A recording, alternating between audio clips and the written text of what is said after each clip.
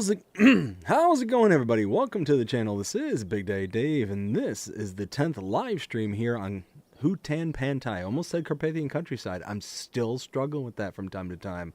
How's everybody doing tonight? I hope you're having a fantastic day so far. And if you cannot tell, I'm still recovering from losing my voice the other day on Sunday's stream. So still trying to get back into it. I'm starting to get better. I'm hoping that I'll be able to survive the rest of this stream, but we shall see. I am joined by the FS Encyclopedia, Will T Gaming. Will, how are you doing tonight? I'm doing pretty good. Excellent, excellent. Do you want to give yourself a shout out before we get going? Yeah, yeah. So if you guys ever want to stay up to date, um, on on anything farm sim related, make sure you check me up on Facebook at Will T Gaming FS Encyclopedia. Because I post everything, and so like new mods, any news, which there's been a lot of news. um, and and also another thing which we're going to talk about on Sunday though is Marcel, who's in charge of doing the like make sure mods get released, has been putting out well, not really a testing list, but basically how many mods there are and how long it's going to take. You can also find me on YouTube over at Will T Gaming FS Encyclopedia. You can also find me on Twitch at Steinator24. Excellent, excellent. I was really excited to see that at bare minimum we are going to be getting that little crib sheet on how many mods are in testing, how long they expect them to take, and all that stuff. Because at bare minimum, we ourselves can kind of keep track of the various Facebook pages and Twitter posts and all that kind of stuff to see, oh hey, this modder, this map maker is releasing stuff. They send it off to Giants. We can kind of sort of estimate that it might take X amount of days, so therefore its release date may be roughly around such a time. So at least with that, we at least have something, and it's certainly better than nothing. Right. Just got to tweak the microphone just a little bit here because I realize that it's blocking out half my face, and I don't want to have that. So let's go ahead and catch up with the chat. So we had Rail Fanning Jonah with the first comment and super chat. Says first with a $1.99 super chat. Jonah, thank you so very much. I greatly appreciate it. We got Pippa. How's it going? Hope you're having a fantastic day so far. Says, hi, everyone. How is everyone today? Doing fantastic, Pippa. Thank you. How are you doing? Let's see. Oh, and there it goes, crashing on me yet again for some unknown reason. We got Whiskey Creek Farm with the $5 super chat. Whiskey Creek, how you doing tonight? Hope you're having a fantastic day so far. Says second. So the war of first and second and even thirds and fourths still continue. David Buttersworth, how's it going? Hope you're having a fantastic day so far. Says, hi, Philippa Thompson. Hi, everyone.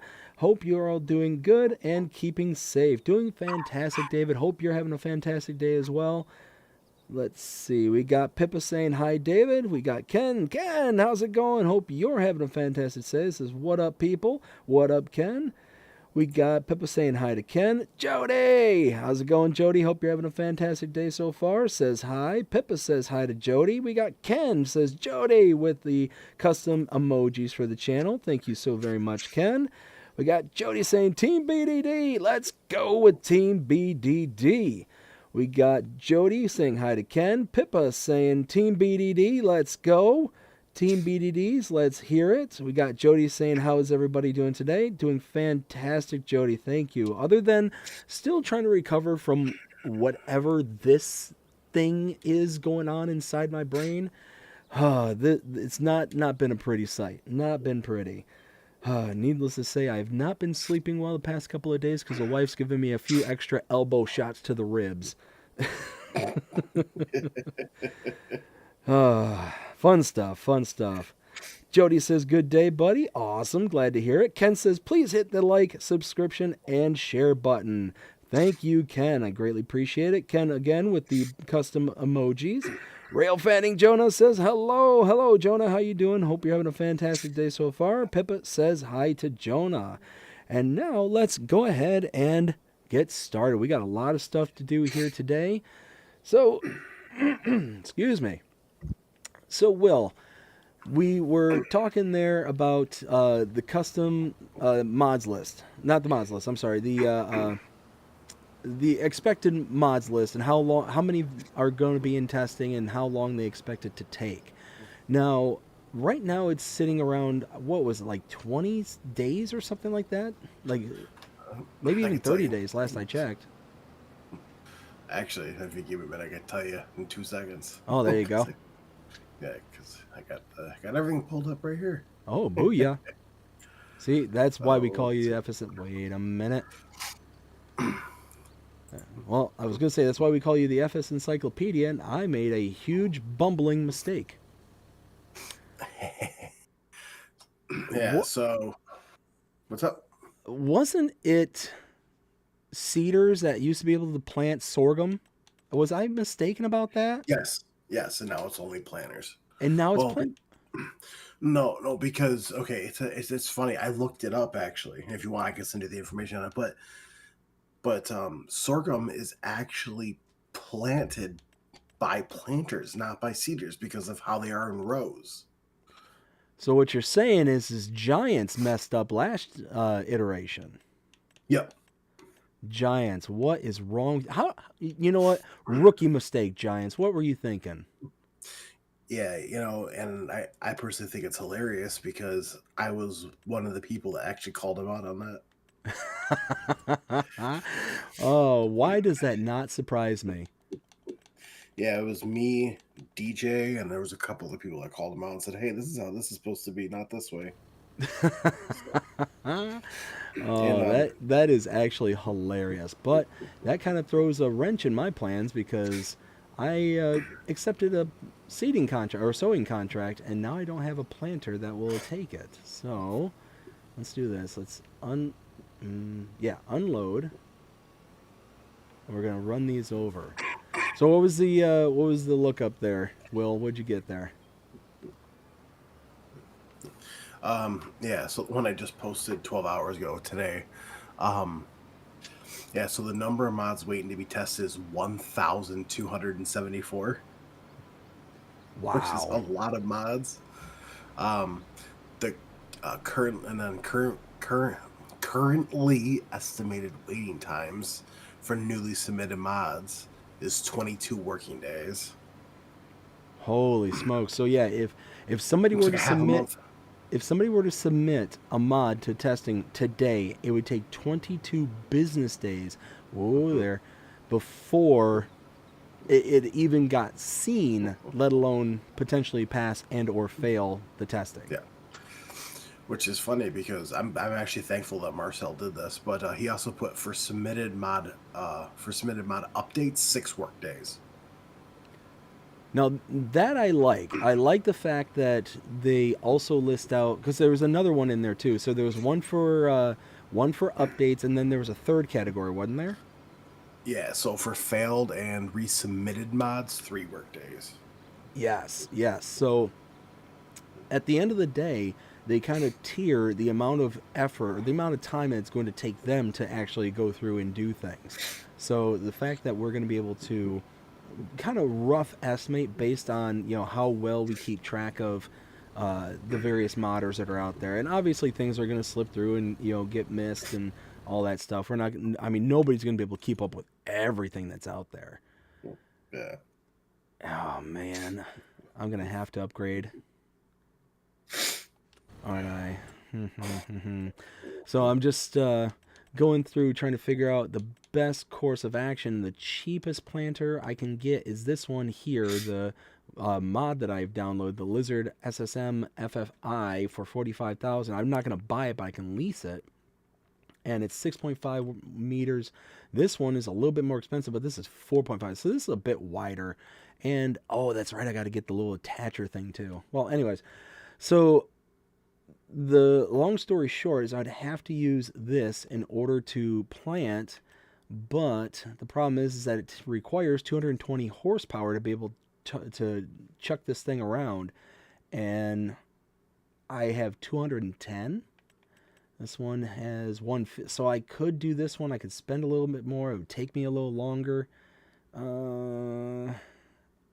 Yeah, let's just go with that. But let's see, that's 6 meters for a little bit extra.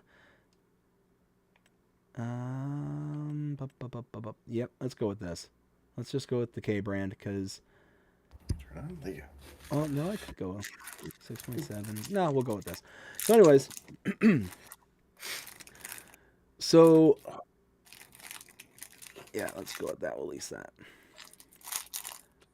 So on Agribusiness Tonight, our Sunday show, Will T Gaming and myself, I ended up announcing that I'm going to be starting a new show for the channel here, and the show is going to be called BDD's Farm Sim Talk. And I laid out the premise for those who haven't heard of it yet. Basically what it is it's going to be an interview show of all the various creators within Farming Simulator. And we have the first one scheduled for this Saturday at 1:30 p.m. Eastern Standard Time with Farmer Sim. I'm very excited to be able to do this. And actually we have a second one that's tentatively scheduled for Monday. And that one is with, oh goodness, hold on.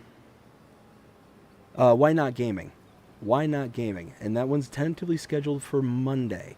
The only reason it's tentatively scheduled is that if Giants puts out any kind of maps or anything on Monday, then I would have to work on those for the tours and all that before getting to that bit of content. But that is how it's looking so far, and I'm extremely excited to be able to go ahead and say, oh my goodness, I'm just all over the place. Extremely excited to be able to do this. Now, if anybody has any questions, I went ahead and put out on the channel there to go ahead and submit any questions that you have, whether it's to comments, whether it's to the comments to the posts that I made there on the channel, whether it's to Facebook, Instagram, any one of my social medias. Feel free to go ahead and post it out there, and I'll be sure to try and pass them along to the various interviewees. So if you are interested, like I said, feel free to do so. And also going to be taking questions in the chat as well, so you don't feel like you have to submit them early or anything. I will do my best, depending on how many questions are asked or whatnot. We're going to be trying to keep the interview to around 1 to 2 hours, depending on how everything's going and whatnot. But I am also setting it up at a kind of an odd hour for myself. It's one of those where I don't normally stream that early or on the weekends. I stream on the weekends, but I don't stream that early. But what's going on is Farmer Sim is actually UK based. So it's one of those that told him I was going to try to be accommodating to his time. So that was how it worked out there. But really excited. It seemed like he was very excited to give this new venture a try. And yeah, I'm pretty pumped about it. What about you, Will? What do you think of it? Oh, I am excited to see where it goes. I know, well, because I know that you reached out to me and asked to see if I can either get a hold or send you information how to contact some people. Oh yeah, I figured of all people that are in the space, I could certainly reach out to you, be like, hey, how do I get a hold of X, or how do I get? I've got to be able to get a hold of the FS Encyclopedia to be able to flip through and figure out how to get in touch with people. Oh my gosh. Uh-oh. Did Bree sneak up on you again? No. Oh boy. Huh? So somebody from Custom Modding, because it's a whole team, they liked my post. It wasn't in the FS Encyclo. It wasn't a multi gaming page, but it was in a different one I'm part of. But he liked my post. Oh, nice. So it's getting there. A little bit starstruck. A little bit. I was not expecting that. You know what? I'll be honest with you.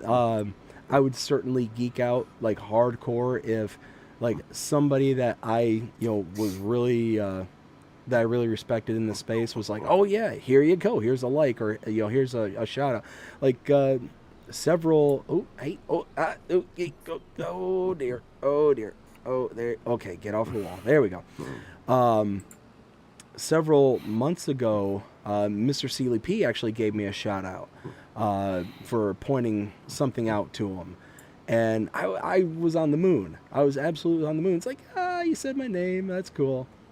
And I'm just like everybody else. I'm human. And when somebody that kind of hold in high regards and respect gives you a shout out, then I'm certainly susceptible to be like, kind of, I don't know what the proper word for it, but fanboying, I guess. I don't know. Is that the right word? I think fanboy, yeah, it sounds about right. Yeah. All right. Yeah, I'm actually subscribed to Why Not Gaming. Well, it's funny because a big shout out again to Dust Bunny for introducing me to several other creators, including Why Not. And it was one of those where prior to her pointing out Why Not in the Discord channel that I have, I was completely oblivious. And I went and checked him out a couple of times on his stream, and kind of did the what is it, the creeping, I guess is what it's called, where you just kind of sit in the stream and just kind of listen, kind of thing. Yeah. I think that's what people call it. The kids nowadays Creeping. but no, it's just one of those where I was just kind of hanging back and listening and whatnot. And it's obviously it's during working hours when he was streaming, so I'm just sitting there kind of listening in, and like I said, it was good stuff, and I just enjoyed just kind of hanging out and listening.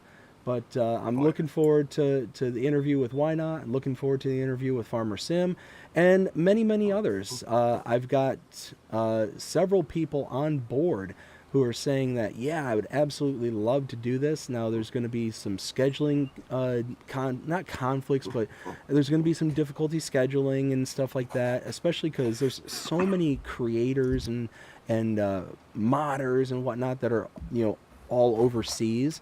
So getting them, on the same page as me is really, really difficult. You figure, just taking the UK, for example, for like Farmer Sim, he's 5 hours ahead of me, 5 hours ahead of the Eastern Standard Time. So it's one of those where, me starting at 9:30 at night like I normally do for my streams, it's 2:30 in the morning over there. So number one, who's going to want to stay up that late just to start and then be up until, 3:30, 4:30 in the morning, to answer, questions and stuff like that. So right. I certainly don't blame anybody who would be like, nah, is there any way you can be a little bit more accommodating? And I'm going to try. I'm going to certainly try.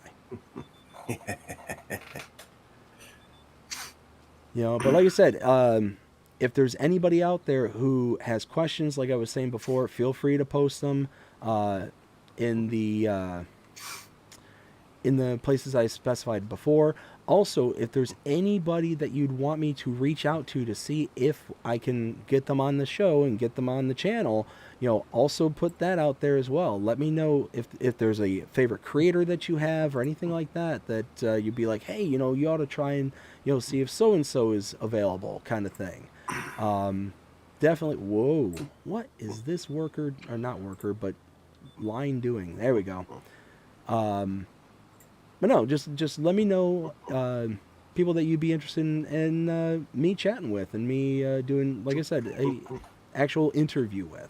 Like I said, I'm really excited about this, and I'm really looking forward to being able to bring a kind of deeper dive into these individuals and kind of showing a side that we might not always be able to get to see. I know there's some people out there that we follow almost religiously, and being able to keep up with them and all that stuff, but there's a lot of us that are just kind of like passive. We catch them when we can, if we're not super busy with our lives and whatnot, or we might kick it on in the background and just kind of listen in, kind of thing. But at the end of the day, we all tend to be very curious about people and things that brought them to the space, what it was that inspires them, what inspired them to create their content, the whole 9 yards. So it's one of those that I'm looking forward to diving into these deeper conversations with people to see exactly what got them involved. So I'm pumped. I'm pretty excited about it. Let's see. Let's catch up with the chat here real quick. We got Why Not Gaming in the chat saying, "Hi BDD, hi Why Not, how you doing tonight? Hope you're having a fantastic night so far." Why not? We got Ken says, "By the way, BDD, I fixed the conflict issue I had. It wasn't a mod conflict that caused it. Accidentally switched easy to normal. Once it switched back, everything became good again." Oh, Ken, that's awesome. Very nice. So thankfully it wasn't like some big to-do that didn't mess up everything on your end. So thankfully it was just a quick and easy fix. Let's see. Let's get that back going. We got Ken also saying, "Okay, who drove through BDD's crop?"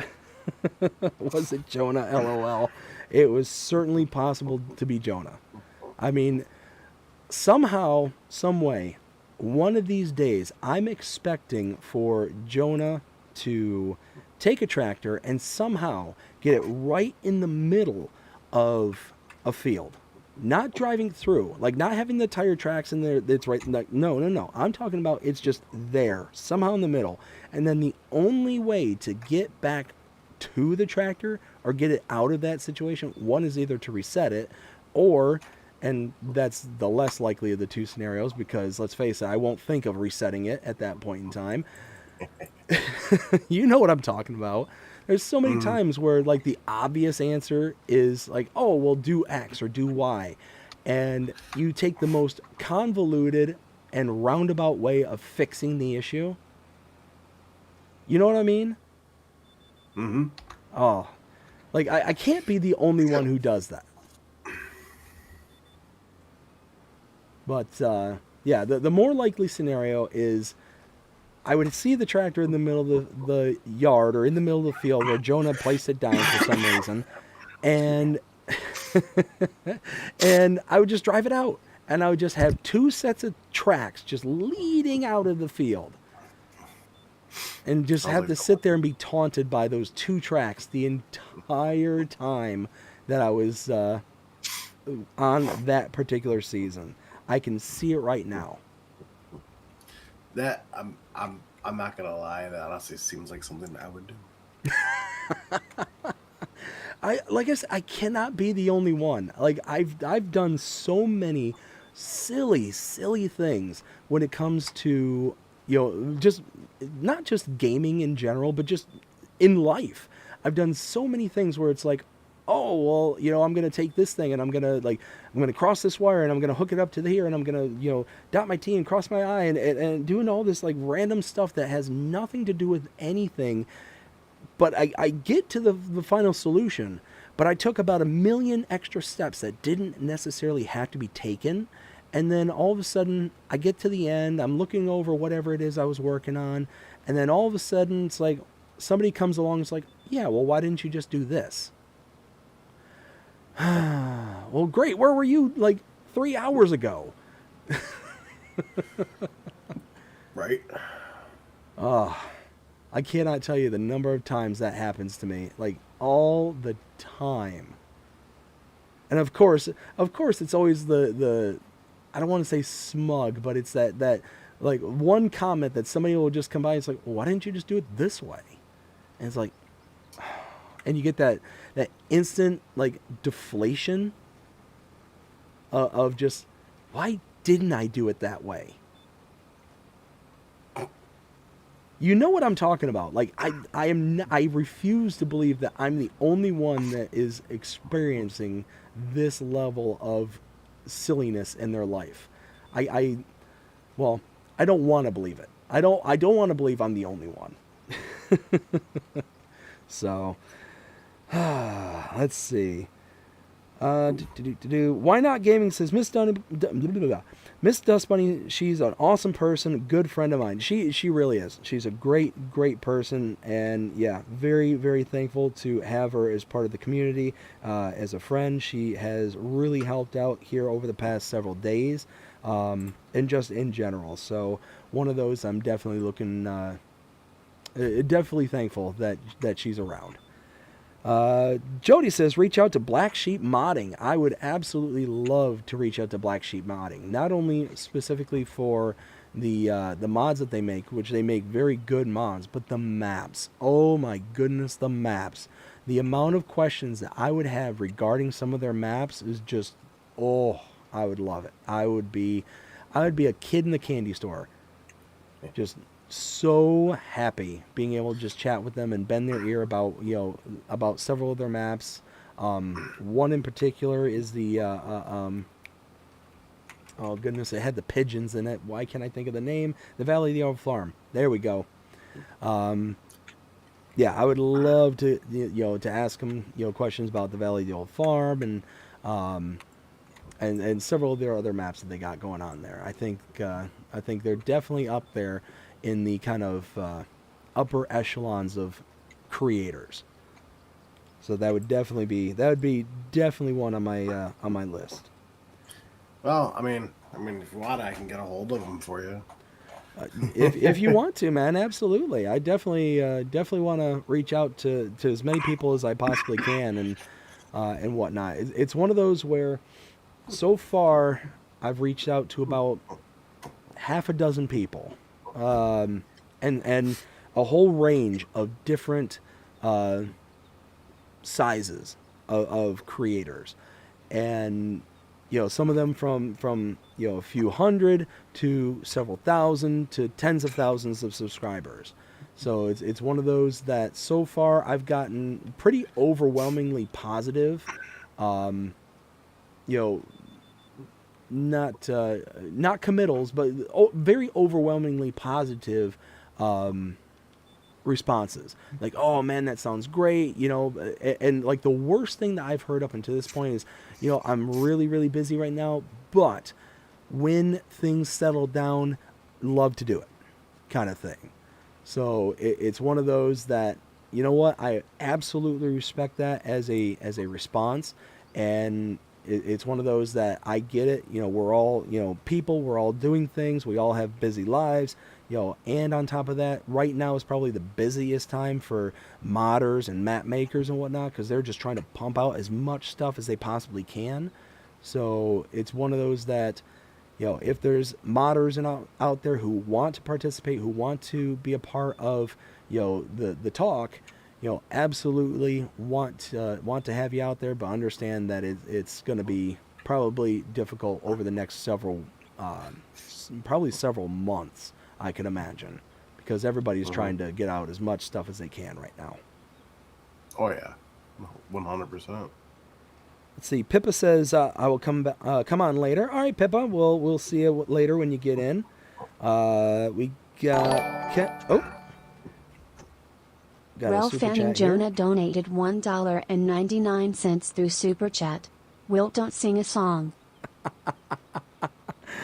Rail Fanning Jonah with a $1.99 Super Chat. Rail Fanning Jonah, thank you so very much. Greatly appreciate you. Says, Will T, don't sing a song. No, I wasn't going to anyways. Oh, man. And see, man, that's exactly what would happen. Yeah, I would die. Let's not have that happen. Let's have a. You know what? I'm making a rule. Going forward. Nobody is allowed to perish on my channel. That's the rule. I don't know why I should have to say that, but I feel like I might have to say that. Anyways, Ken says, on my Let's Play, I've invested in game. On my Let's Play, I've invested in game. Whoop. I'm sorry, Ken. I'm not understanding what you mean by that. Can you clarify? Pippa says hi to Will T Gaming. What up? We got Ken says, oh wait. Oh, okay. So again, should just keep reading. Just keep reading. You know what? I need to have like Dory, like a GIF of Dory, and instead of just keep swimming, it's just keep reading. Just keep reading. Just keep reading. Keep reading. So Ken said, on my Let's Play, I have invested in-game over 250 hours. Glad it wasn't a mod conflict, LOL. Yeah. Putting in over 250 hours and it being some kind of mod conflict that you have to sit there and invest all that time and energy to do, and even potentially like having to completely, bag up the entire save file because of an issue, there's nothing worse. There is absolutely nothing worse than that feeling of, I put so much time and energy and effort into this, then all of a sudden it's just bleh. You know what I'm talking about. You know exactly what I'm talking about. I'm sure every single person in the farming sim community knows exactly that feeling that I'm talking, and just that kind of just general wave of just bleh, just like, oh my goodness, I had so much time and energy invested in this, and now all of a sudden I can't access it, or I can't do this, or I can't do that. Like, I'm certain everybody out there knows what I'm talking about. You kind of sounded like, what was it? Adam Sandler from what was it? Transylvania? Hotel Transylvania. Blah, blah, blah, blah, blah. I don't say blah, blah, blah, blah. Blah. I don't go blah, blah, blah. Yeah, exactly. You know what? It's pretty rare that I'm into, like, kids movies. Because I'm no longer a kid. But now that I have kids, I'm starting to find a newfound appreciation for them. And that was one of them. So that one I actually started to appreciate because my nieces, when they were growing up, they eventually came across that one and they really liked it. And it was just one of those where, just Adam Sandler, I find him, pretty funny. He's just one of those, he's just got a pretty good sense of humor. Yeah. Now, he's definitely toned it down over the years. Like, he used to be really raunchy and really, I feel like a lot of comics that really start out really kind of bad and raunchy when they're younger very much clean up towards the latter end of their careers. It's very rare that you don't see them kind of go through that shift. And when they don't go through that shift, it's not that they don't. How do I say it? It's often because, because they have aged themselves. They often at times will have a family by that time. So they are influenced about the world around them. So it's just one of those kind of, a natural progression to go through. Let's see. We got Bruce Fox. How's it going, Bruce? Hope you're having a fantastic day so far. Says, was I? Oh, and we got... What's that? We got a gifted membership from Rail Fanning Jonah. Rail Fanning Jonah, thank you so very much. Greatly appreciate it. And it went to Chet. Chet, Philippa Thompson has become a member. You are now a channel member. Thank you so very much, Jonah. Let's see. Whoops. And we also have Pippa, who has been a member for 8 months. Going on strong. Thank you so very much, Pippa. Greatly, greatly appreciate you. And we got Pippa saying hi to Bruce, and Bruce saying hello. Let's see. So we're just finishing up here and getting this. Oh, we're at 97%.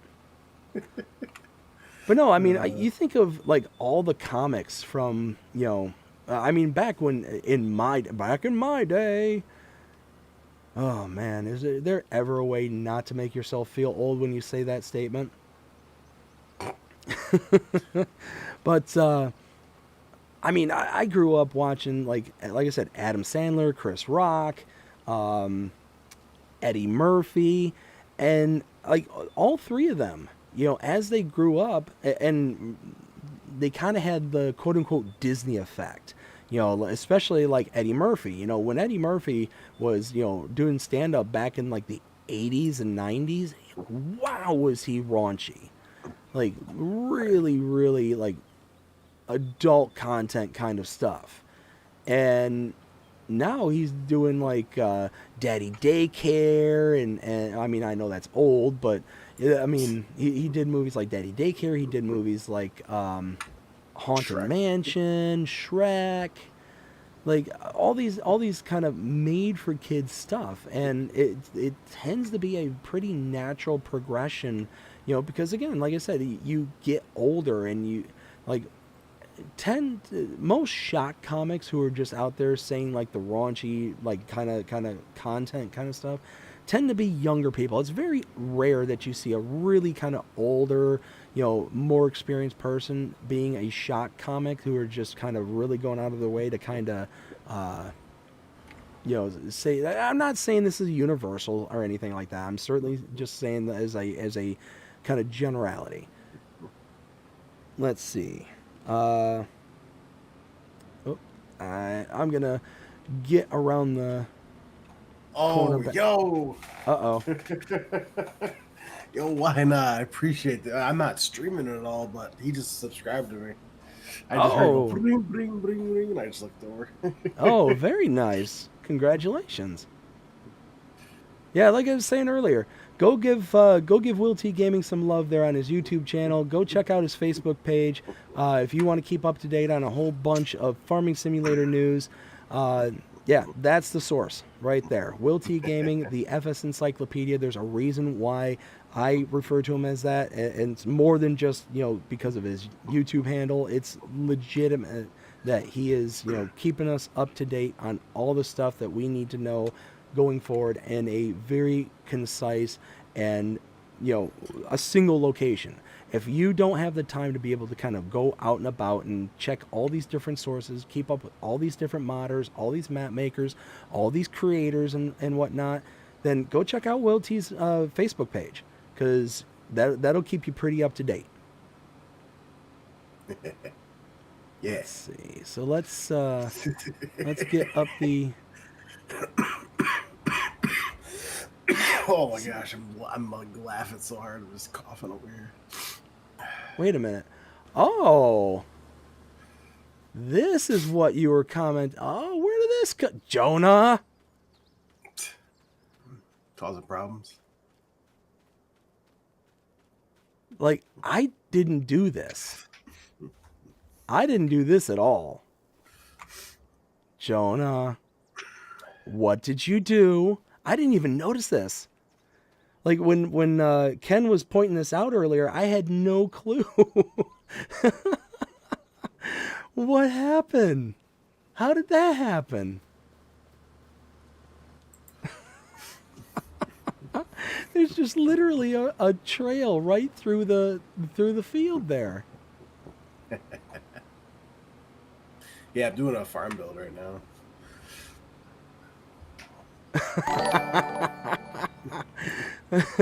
Ralph Fanning Jonah donated $1.99 through super chat. It wasn't me. Oh boy. $1.99 super chat from Rail Fanning Jonah says, it wasn't me. I don't know there, Jonah. Uh-huh. Like, I don't have any proof that it wasn't you. Hey, Jonah, just knowing you from YouTube and all right now, it definitely was you. Oh my goodness. No, one of those that, yeah, it is what it is. I'm not that worried about it. I would be. Honestly, it wasn't. Oh, Jonah. Good stuff. Good stuff. You know what just dawned on me is I just leased out this set of equipment specifically for this contract. I didn't even bother looking to see, oh, hey, is it even going to be worth leasing this or just killing the contract just to not have to incur the extra cost? See, that's what I'm talking about. That's exactly what I was talking about. So it's not just a kind of oversight of or doing the hardest thing possible to get to the same goal. It's overlooking the more obvious things like, hey, I just leased out this set of equipment and I only made like $2,000. Was that, a good cost to leasing ratio kind of thing? Thankfully, it looks like it was, because leasing cost $1,829. I made over $2,000 on that contract. So yeah, I'm losing out a ton of money, but at least I was able to do it and I made some money off of it. Right. But that's the point. That's my point, though, is I'll just sit there and all of a sudden just boom, like just completely like I'm just worried about getting the job done, not doing it like the most optimal way. It's the brute force method. That's what it is. I'm gonna get this done, and not worry if it's the hardest way possible. Well, that's not very good. No, and this coming from the person who says that his father tells him all the time, work smarter, not harder. And apparently I haven't learned that lesson yet. Sorry, Dad. It's like, sorry, not sorry. Oh, no. I'm sorry, because every time that I go through and realize that afterwards, like, hey, I just did, X, Y, and Z infinitely harder than I had to, then like I just sit there and just kind of like shake my head like Jean-Luc Picard with the face palm, and it's like, what was I thinking? Like, why did I do that? Like perfect example. I own a 2012 Ford Fusion, and right now the car has no working temperature adjustment. So right now, it's either blowing cold air from the AC or hot air from the heater. There's no in between. There's only one of the two settings. But in order to do that, I have to manually turn the gate in order to, make it to where it's going to blow hot or cold, which, I mean, is not a big deal. But I'm sitting there and trying to research all the various different things that could be wrong with it, because it's very rare, unless I do not have the capability of doing the job on my own, it's very rare that I'll take my vehicle or anything like that to a mechanic or anything like that, because it's just too expensive. It's too darned expensive to send your car out to a mechanic and have them do it for you. So, especially if I can sit there and do the work myself and just learn as I go kind of thing, I'll just do the job. I'll just do it. Now, there's certain jobs I won't do. Like, I'm not going to take out the tire pressure monitoring system because I don't have the tools to be able to take off the wheel from the hub. Like, I can't do that. But one of the things that I was doing was researching, okay, what are the possible issues with the temperature not being able to be regulated by the car? If I turn the air down, it just stays in place. If I turn it up, it stays in place. That's, basically what it is in a nutshell. Well, through my research, I figured out that it's one of three things. One, it's either the gate controlling motor has a short in it and is bad and needs to be replaced. Okay, not a big deal. The other one is a sensor. It's basically a freeze over sensor, and this sensor, all it does is it tries to see if the air conditioner is frozen over. If it freezes over, it basically tells the AC, okay, stop working because you're not going to be able to blow any air, kind of thing. So it basically just shuts off your air. And originally, when this is all going on, this happened in the summer, so it's basically what it was doing is originally, before it could just completely stop working, is it was just blowing out, it was blowing out nice cold air, and then all of a sudden it would just shift the gate and start blowing hot air, and it would always go in one direction. So it's like, okay, well, it's either the sensor, or it's a fault in the head unit itself, the actual mechanism that you turn the temperature dial up or down, kind of thing. So as I'm doing my research, I'm sitting there like, okay, what is going to be the easiest method? And it's like, well, okay, replacing the gate, the motor for the gate, that's going to be the easiest and least expensive. So, going to try that one first. It was like $20. And as I'm sitting there trying to figure out, okay, how do I get to it? Because it's actually underneath the steering wheel and in the center console, like underneath the dash. So I'm sitting there trying to figure out, okay, how am I going to bend and contort my body to get up under the steering wheel? And I'm sitting there like just scratching my head like, okay, I'm no spring chicken anymore. Like I'm not old, but I'm not young and flexible like I used to be. Right. And one of those where I'm like, okay, how am I going to do this? So I'm like, okay, well, what if I put my knees on the ground, and then after I put my knees on the ground, I'll sit there and like turn around and slide my body in underneath the steering wheel, so that way I'm kind of like underneath and laying on the floor kind of thing. I'm like, oh, well, maybe that'll work. So I get there and I'm just kind of getting ready to get, to work with this. And then I'm like, okay, well, I'm under there and I'm looking, and it's the gate where I'm laying, because I'm laying with my head facing towards the front of the car-ish. The gate motor is basically above my head and off to my left. Well, it didn't dawn on me when I was crawling in there to have my hands up, because you would need to have your hands in a workable position. Well, I'm trying to bring my hands up, and I can't get them up because there's a steering wheel in front of my face.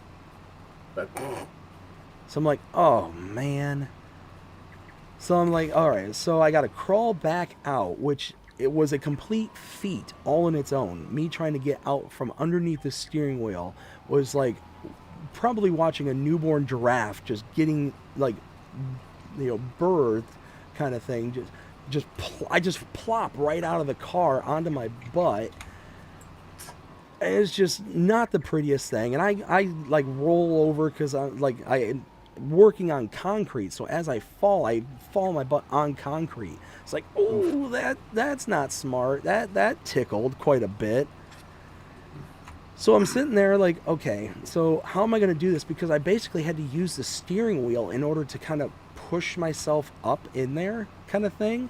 So I can't like just have my hands above my head to where I can have them in position to work. I have to like get in there just so I can pull myself up.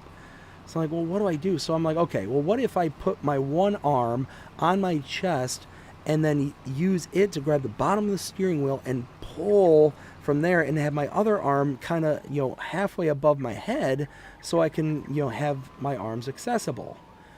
I'm like, okay, well, that might work. So as I'm sitting there and, getting ready to crawl back underneath the car, all of a sudden, this arm, it's my right arm, that is now on top of my chest, is now pinned underneath the steering wheel. And now I'm stuck. Oh, yeah. Now I'm stuck because I got one arm free above my head, and I've got my other arm, like, pinned to my chest underneath the steering wheel. I'm like, well, this isn't good. What do I do about this?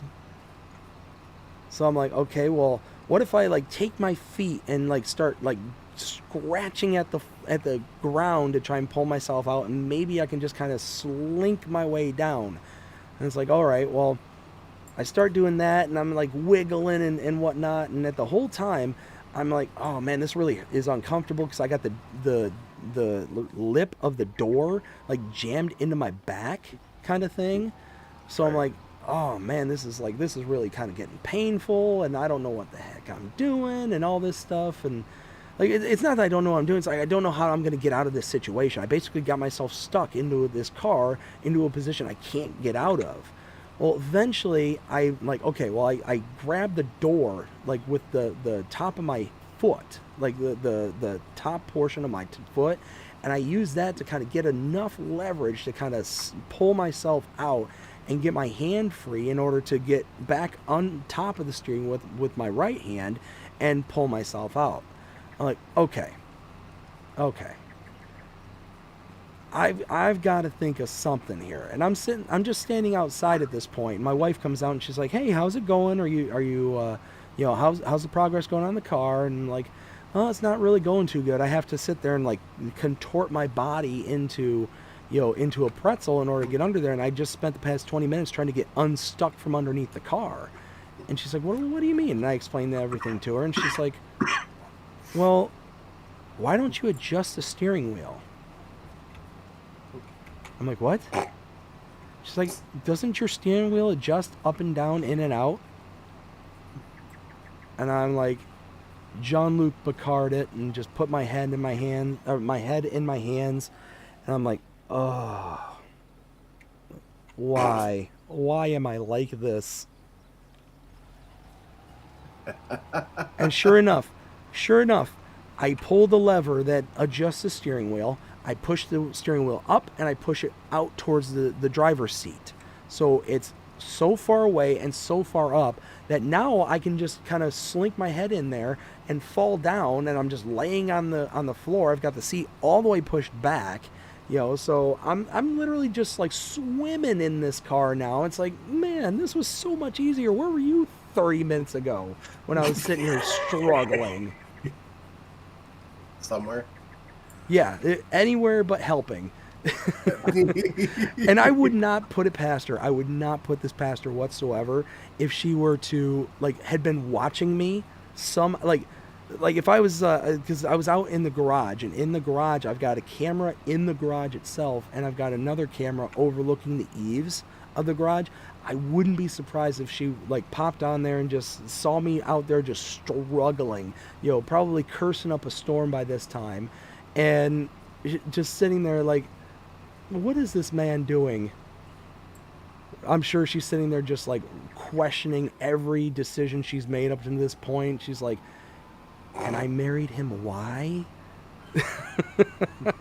Oh, I don't think so. No, that one I'm just being funny about, but no, it's just one of those I'll sit there and just brute force trying to get things done, and it's like, okay, well, if you just took 2 extra seconds to think it through, and it's not like I'm a stupid man. It's not like it's just I'm impatient. I want to get it done. BB, there's one thing I grew up learning, and I'm very thankful I ever did. Let's hear it. It's called patience is a virtue. Patience. It is a virtue. It was just not one bestowed upon me.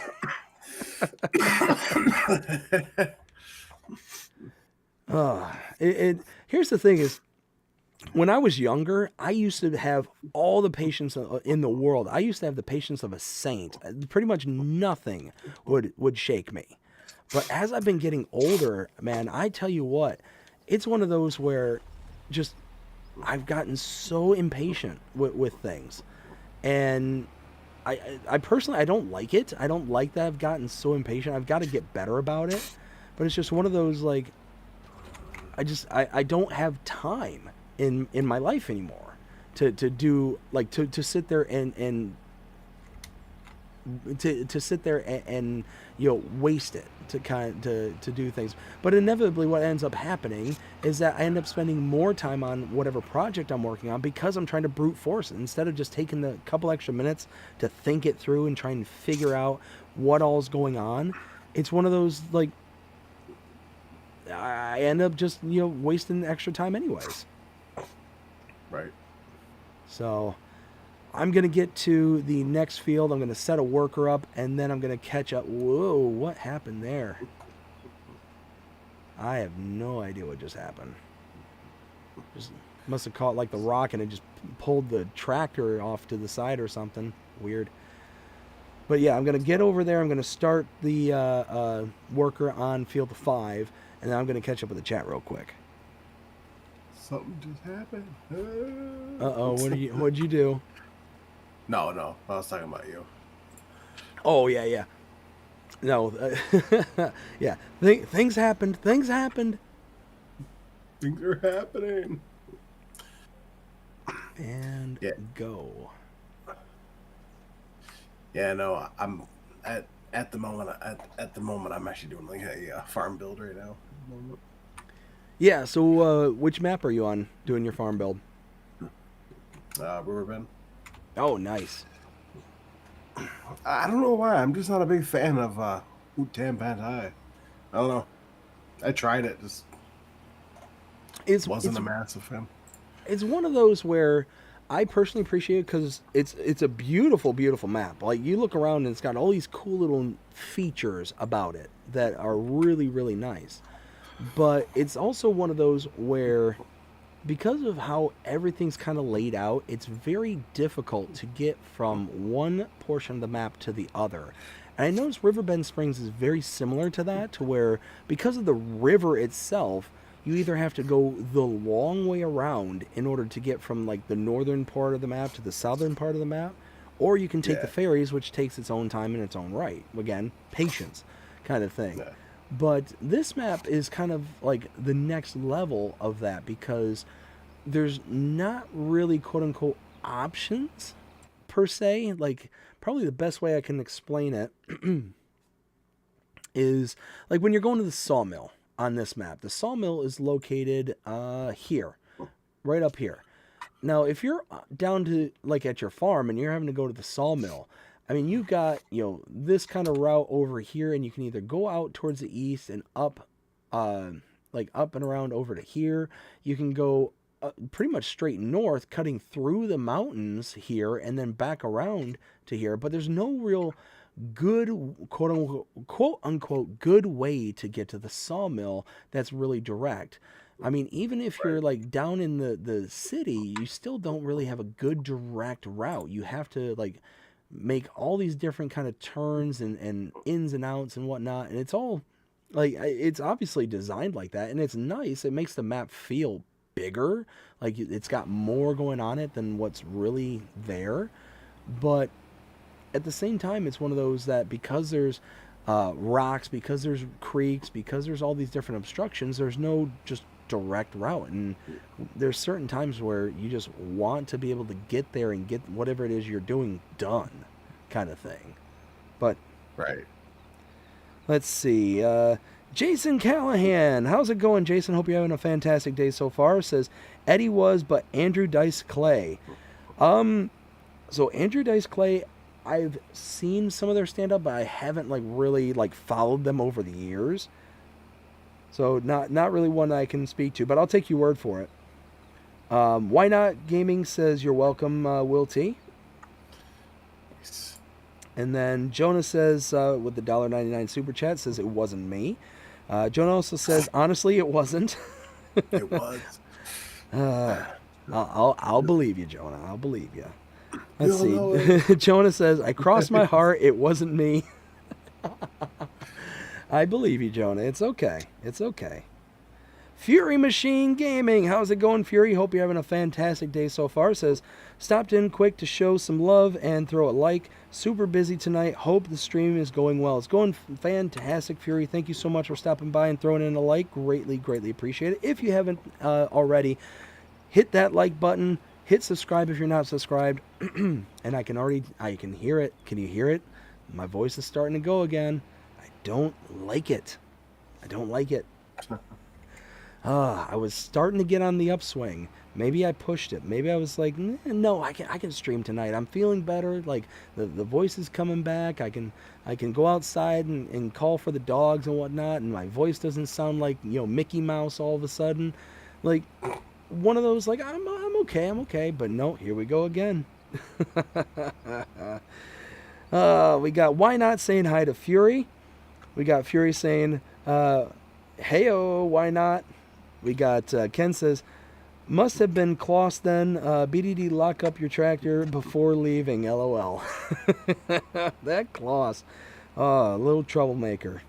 Why Not says, night BDD, awesome stream. Keep up the good work. Well, thank you, Why Not. Greatly appreciate it. You have yourself a fantastic night. Take care, and we'll see you again real soon. And hopefully we'll be seeing you on Monday for the Farm Sim Talk. Let's see. We got Jonah says, I'm going to try to go live tomorrow with Train Simulator. Internet should be better now. Ooh, very nice, Jonah. Definitely be on the lookout for that. Let's see. So we are all caught up. Good to go there. And yeah, now we're just getting some weeding done. Now, I've been doing a bit of research here on the rice. And as best as I can tell, based on the reading that I've done, I'm doing just regular rice. Now, the regular rice, you have to flood the fields first before you can plant it. Now, Yeah. you basically, after planting, need to come to the managed rice field, this little water pump, every single day in order to see if there's anything that you can do with the pump, whether it's to empty it, whether it's to flood it. Now, based on the options that you have available to you, that will tell you exactly what you need to do from there. So if I were to come in here, let's say tomorrow, just click on this and it says flood. Well, then it'll sit there and flood, and it'll get to the right level of what it's requiring me to do. If it then says to empty, that's what you need to do, is you need to empty it, kind of thing. And it's not really well laid out in the explanation, but that's basically what I was reading is you just basically have to keep coming here every single in-game day and just keep on clicking on it and see if it's giving you some kind of new option to deal with. So I'm excited. I'm really looking forward to seeing where we get with the rice. The rice is going to be one of those where, because it's new and because I have all the equipment for it, kind of base on Hutan Pantai, it's one of those that I'm looking forward to doing it. Now, if I were to, let's say, be playing on Riverbend Springs on my Let's Play, I probably wouldn't even bother with rice because it's just too expensive to get involved in. It's one of those where it's just like the potatoes and sugar beets are. I'm sorry, not potatoes and sugar beets. It's just like the cotton was in 22. Is that all the equipment is super expensive and very, very niche. There's no extra purpose that you can have that equipment for. So it's really difficult to really get invested in those kind of crops unless you got some major fields to be able to plow them into. Right. So like, perfect example, I'll use cotton because I was just talking about cotton. Specialty cotton harvesters. To be able to harvest, just to harvest, the cheapest one you can have is almost $500,000. That's the cheapest in-game harvester that you get. Now, there may be mods later that change that up. I'm hoping that's the case. But, I mean, $500K to be able to buy that is nuts. But to be able to lease it, you're talking $24,000, almost $25,000. So that means that you have to, at minimum, have a field that's going to supply you with $25,000 worth of product and then some. And then some. You need that little extra boost in order to be able to make it sustainable. Easy there, big boy. Come on. Back it up. Gentle. Easy. Just back it in. I feel like Happy Gilmore. Just tap it in. Just give it a little tap. Tap. Tappity. Oh, there we go. Now we're cooking. And now that's going to be running through your head this whole rest of the stream, isn't it? Just tappity tap. Just tap. Yeah, and then he's like, yeah, man, and then he shakes the guy off, and he's like, get off of me. Oh my goodness. But wrong button. what was I gonna get ready to say? I don't know. Something. I lost it. So Jonah says at 7 p.m. So he's gonna be streaming Train Simulator over on his channel there at 7 p.m. Go check out Jonah at 7 p.m. tomorrow. Hopefully the internet has been fixed and is able to get some really awesome gaming going. And then Jonah with the tap. Jonah, I will certainly try to make it. I actually get out of work at 7, so. Oh, nice. Yeah, I'll definitely try and swing in myself and see what it's all about. Because every time I've tried to hop in there, it's been kind of sputtery because of the internet. So, here's hoping that what you got fixed it, and be good to see it, because it seemed like a kind of a cool game. I wouldn't know. I'd be that kind of player, just like Flight Simulator, just like I'm sure Train Simulator would be. I'd be that person that would just be causing mass chaos and destruction, like not farming sim, like Flight Simulator. I'd be that guy who I'm able to get the plane off the ground. I'm not able to get it on the ground safely. So I'm the guy who's coming in for a landing and then he ends up taking out the watchtower. Or I'm the guy who, coming in for a landing and overshoots and hits the neighborhood 5 miles down the road. And yes, I know I said 5 miles. I meant 5 miles. But it's just one of those, like, then I would come up with, like, all these, like, weird scenarios, like, there's a highway. Can I land my prop plane on there? It's like, oh, hey, I have no more fuel, and I just cut off the fuel, I just turn off the fuel and just, like, and I'm just coming in, gliding for a landing to see if I can do that. And, of course, I'm going to crash and just take everything out with me, but why not? But I could see it just being the same exact way with the Train Simulator. It's like, who needs brakes? Who needs the throttle? Just open up the taps. I'd be on the first curve and I just like topple the whole train over because I went in too fast. And it's just like, and I just go skittering down the road at 100 miles an hour and taking the entire train with me. That's what I'd do. And then, of course, I wouldn't understand what any of the light signals mean, what anything is going on. So as I'm driving down the track, and all of a sudden, it's like, hey, flashing lights are hitting you. It's like, stop. It's like, no, I'm not stopping. And then all of a sudden, head-on collision with the next train. That would be me. Might be entertaining to stream. That would be where the crash counter would come in. Right.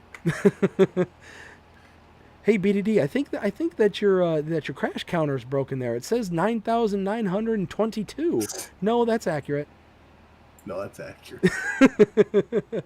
and everybody's like, oh, oh. Oh boy.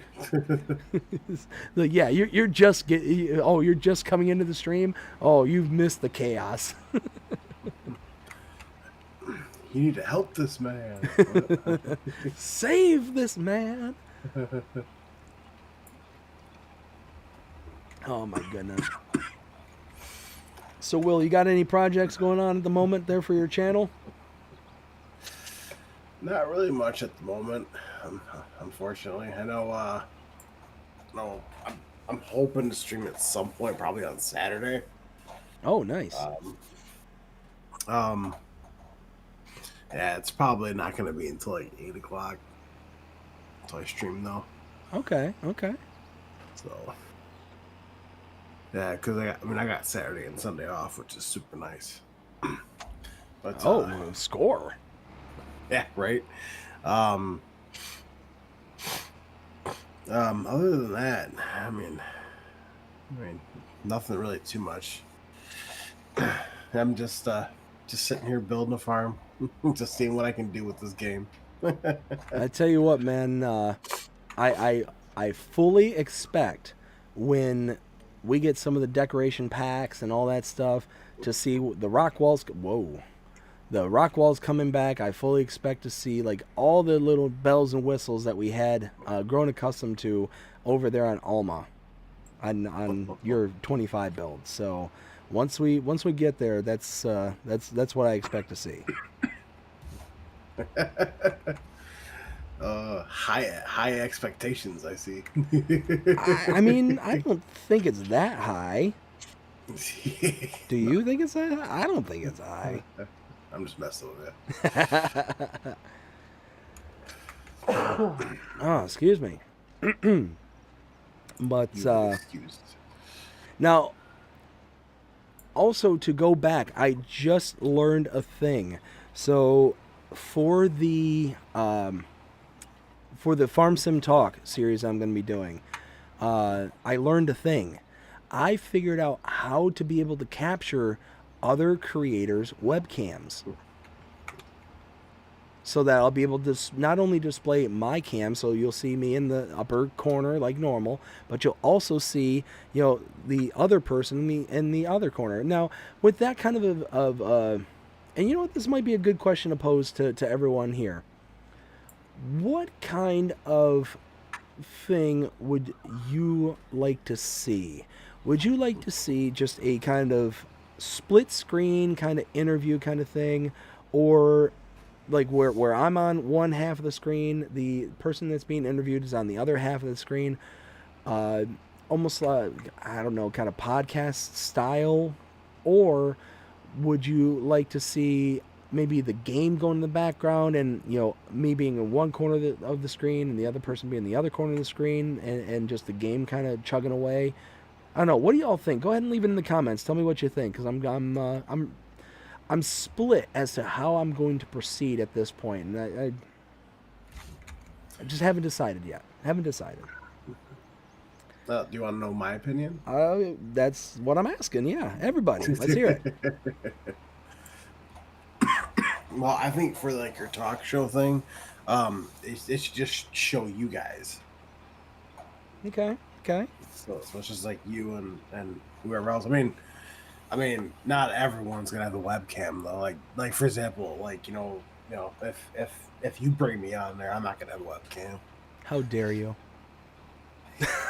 Hey, I said as soon as I hit 500 subscribers, that I will get a webcam. If you haven't yet, go subscribe to Will's Will's YouTube. As soon as he gets 500 subscribers, he's getting a webcam. You heard it here. He said it before.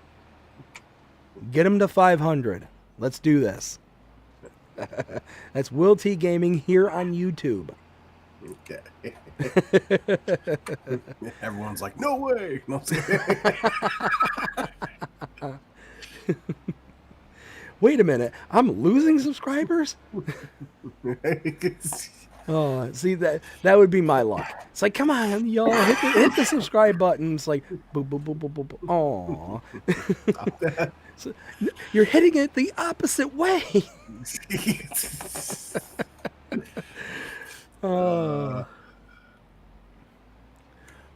like, why? That's not what I told you to do. I gave you specific orders. It's one of those where you're like, huh, I guess I'm no good at this influencer thing. Let's see. Bradford, how's it going, Bradford? Hope you're having a fantastic day so far. Says hello, everyone. We got Ken says, split screens with you and the guest, the game in the background. LOL. Okay. So we got kind of a one-on-one there. We got Will saying just do the split screen. We got Ken saying, the split screen with the game in the back. Okay. Oops, I just made an oopsie. No. The FS Encyclopedia is not allowed to make oopsies. Just for that, 2 million cows. No. So I'm placing down a cow barn right now, and I completely forgot to change the color to it. Oh no! But we cannot have a non-color coordinated farm. That's not acceptable, Will. Hey! You know what though? I think it's awesome though, because the way that the train gets edited, like for example, like Elma, Missouri in 22, right? Like that one side road mistake, because I placed a building there, and how it actually like deformed the ground there, and you saw it, like you get to see underneath the road. Yep. See, I placed this building down, and it basically curves with the road because the road is part of the land now, so it's not a separate thing. Yes. So now, and then when I place my house down up front, because it's one that you build, I'm like, oh no, shoot, it went under the roadway. I just took out like the smooth tool, It looked like it never happened. I was like, yes. I tell you what, that's probably one of the most underrated features that we now have here on 25. Right. And I think I legitimately think it's the most underrated feature. Now that the road is a part of the like actual textures and not an overlay, that is absolutely huge, because you're right. There's been several times, I know with you personally, but there's been several times with me where I'm doing editing and I go to place something down, and all of a sudden the train shifts so hard that it actually takes it down below the road, and you see this gap. Or the opposite happens. I've had the opposite happen where the train's actually popped up through the road. And it's just one of those, like, all of a sudden, like, the road just disappears and there's like a sharp corner just in the middle of the road, and it's like, oh, that's a thing. That's a thing. So, and of course you can't fix it. You can't sit there and just try and re-smooth it, because it recognizes that it's the road. So you can't re-tamp it down and make it a part of the screen, or a part of the normal geometry again. So it's just incredibly annoying when you get those kind of errors. But now that we're here on 25 and we have the ability to actually kind of, have the road ebb and flow with your kind of creativity, that's just absolutely a whole new level of awesome. We're able to really kind of change everything on the fly. Right. As long as you own the road, then you're good. And I know, like, Giants maps tend to be difficult. I'm sure there's going to be other map makers and whatnot that are going to be difficult, because you can't buy every portion of a Giants map. I can't think of a single Giants map where you've ever been able to buy every single portion of the map. For an example, here on Hutan Pantai, you look at the farmlands here. Whoops, the farmlands here. So there we go. Like here in the city, you can't buy anything in the city, which, I mean, it kind of makes sense. It's pretty much, it is what it is kind of thing. But you got this whole kind of mountainside here that you can't buy. You got, what else? You got this kind of coastal area here that you can't buy. You got the temple that's up here in the north, and there's certain roads and stuff on the map too that you're not able to buy. This whole section up here, you're not unable to purchase. Like, there's just big swaths of area that you cannot do anything with, and it just makes it to where, if you come up next to a road where you can't purchase a road, it just makes it just difficult, and you can't combine fields if you want to combine certain fields and whatnot. It's just, I mean, it is what it is. We have to live with what we have to live with, but that's what makes me so excited when we eventually get some new maps from map makers, because they tend not to give those same kind of restrictions, or at least to that degree like a Giants map does. Now, there are some that do. I mean, there's certainly some that'll say, okay, this whole area you can't do, this area you can't touch, so on and so forth. But it tends to be, not as restrictive in areas in which you should otherwise be able to kind of alter. If that makes sense. Right. So what area on Riverbend are you building up at the moment? So right now it's give me 1 second, I'll tell you. Okay. Yeah, because right now I'm in a build mode right now. I'm trying to... How dare you? How could you, be carrying along, doing your thing, and not be available to answer the question? Like, you should be ashamed, Will. Should be ashamed. Why?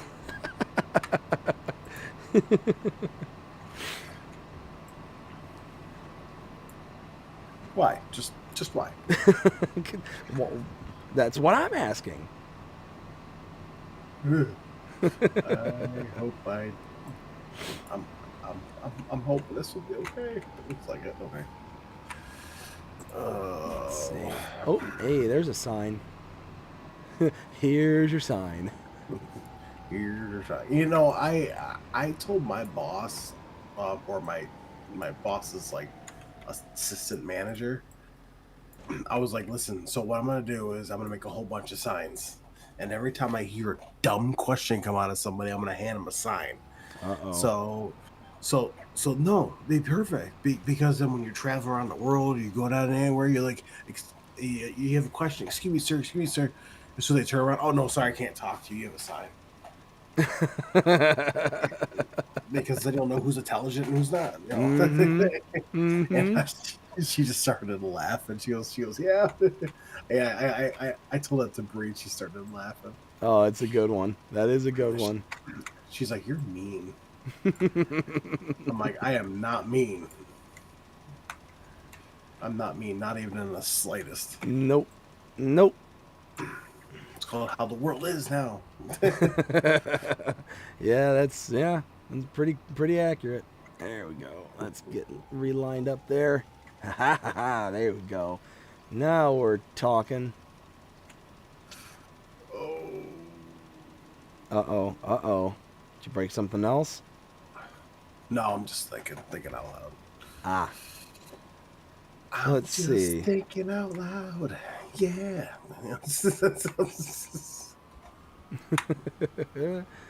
Oh. There you go.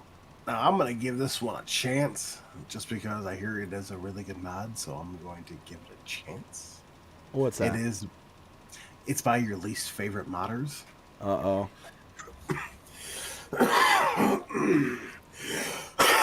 Yeah, it's the open front cowshed by DMI. Well, and let me clarify this. Let me clarify. It's not that they're my least favorite or anything like that. I don't have, like, I don't rank them in such. I don't rank modders in such regards. Modders, map makers, and all that stuff. I have an issue when there seems to be a very continuous and ever-present issue with mods that are being pushed out. That's just my personal feelings and whatnot. I don't have any ill will or anything like that to any specific map maker or anything like that. Anybody at DMI or anything like that. It's just one of those that it's something that I've noticed. I know that the community has noticed. And look, at the end of the day, I'm not a modder. I'm not a map maker. I don't know the level of difficulty that these things come out with. You know, I am completely and blissfully ignorant of how easy or hard it is to make these models, to make them do exactly what we expect them to do. But as an outsider, an observer, you know, somebody outside looking in, it's one of those that it becomes a pattern and it gets to be a bit annoying.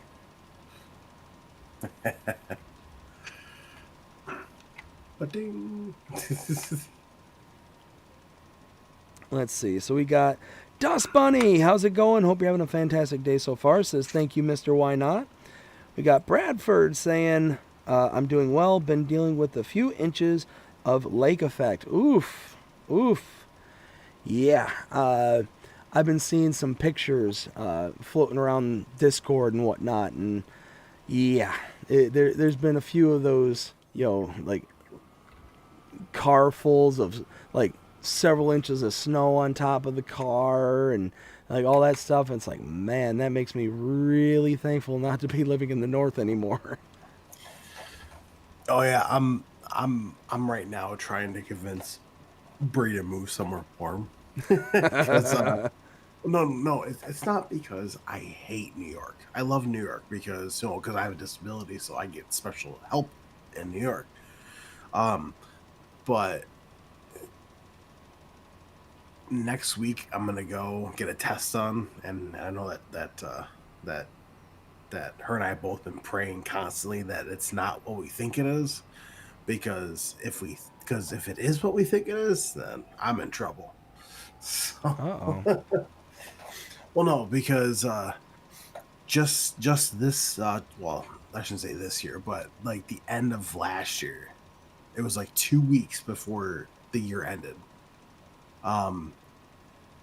I walked outside in the cold. I came back inside, just as normal, And then, out of the blue, I thought I was getting ill because, because I mean, yes, because there's a thing called stress hives, which I thought maybe that's what I was getting because I was stressing out like completely. Sure. Oh no.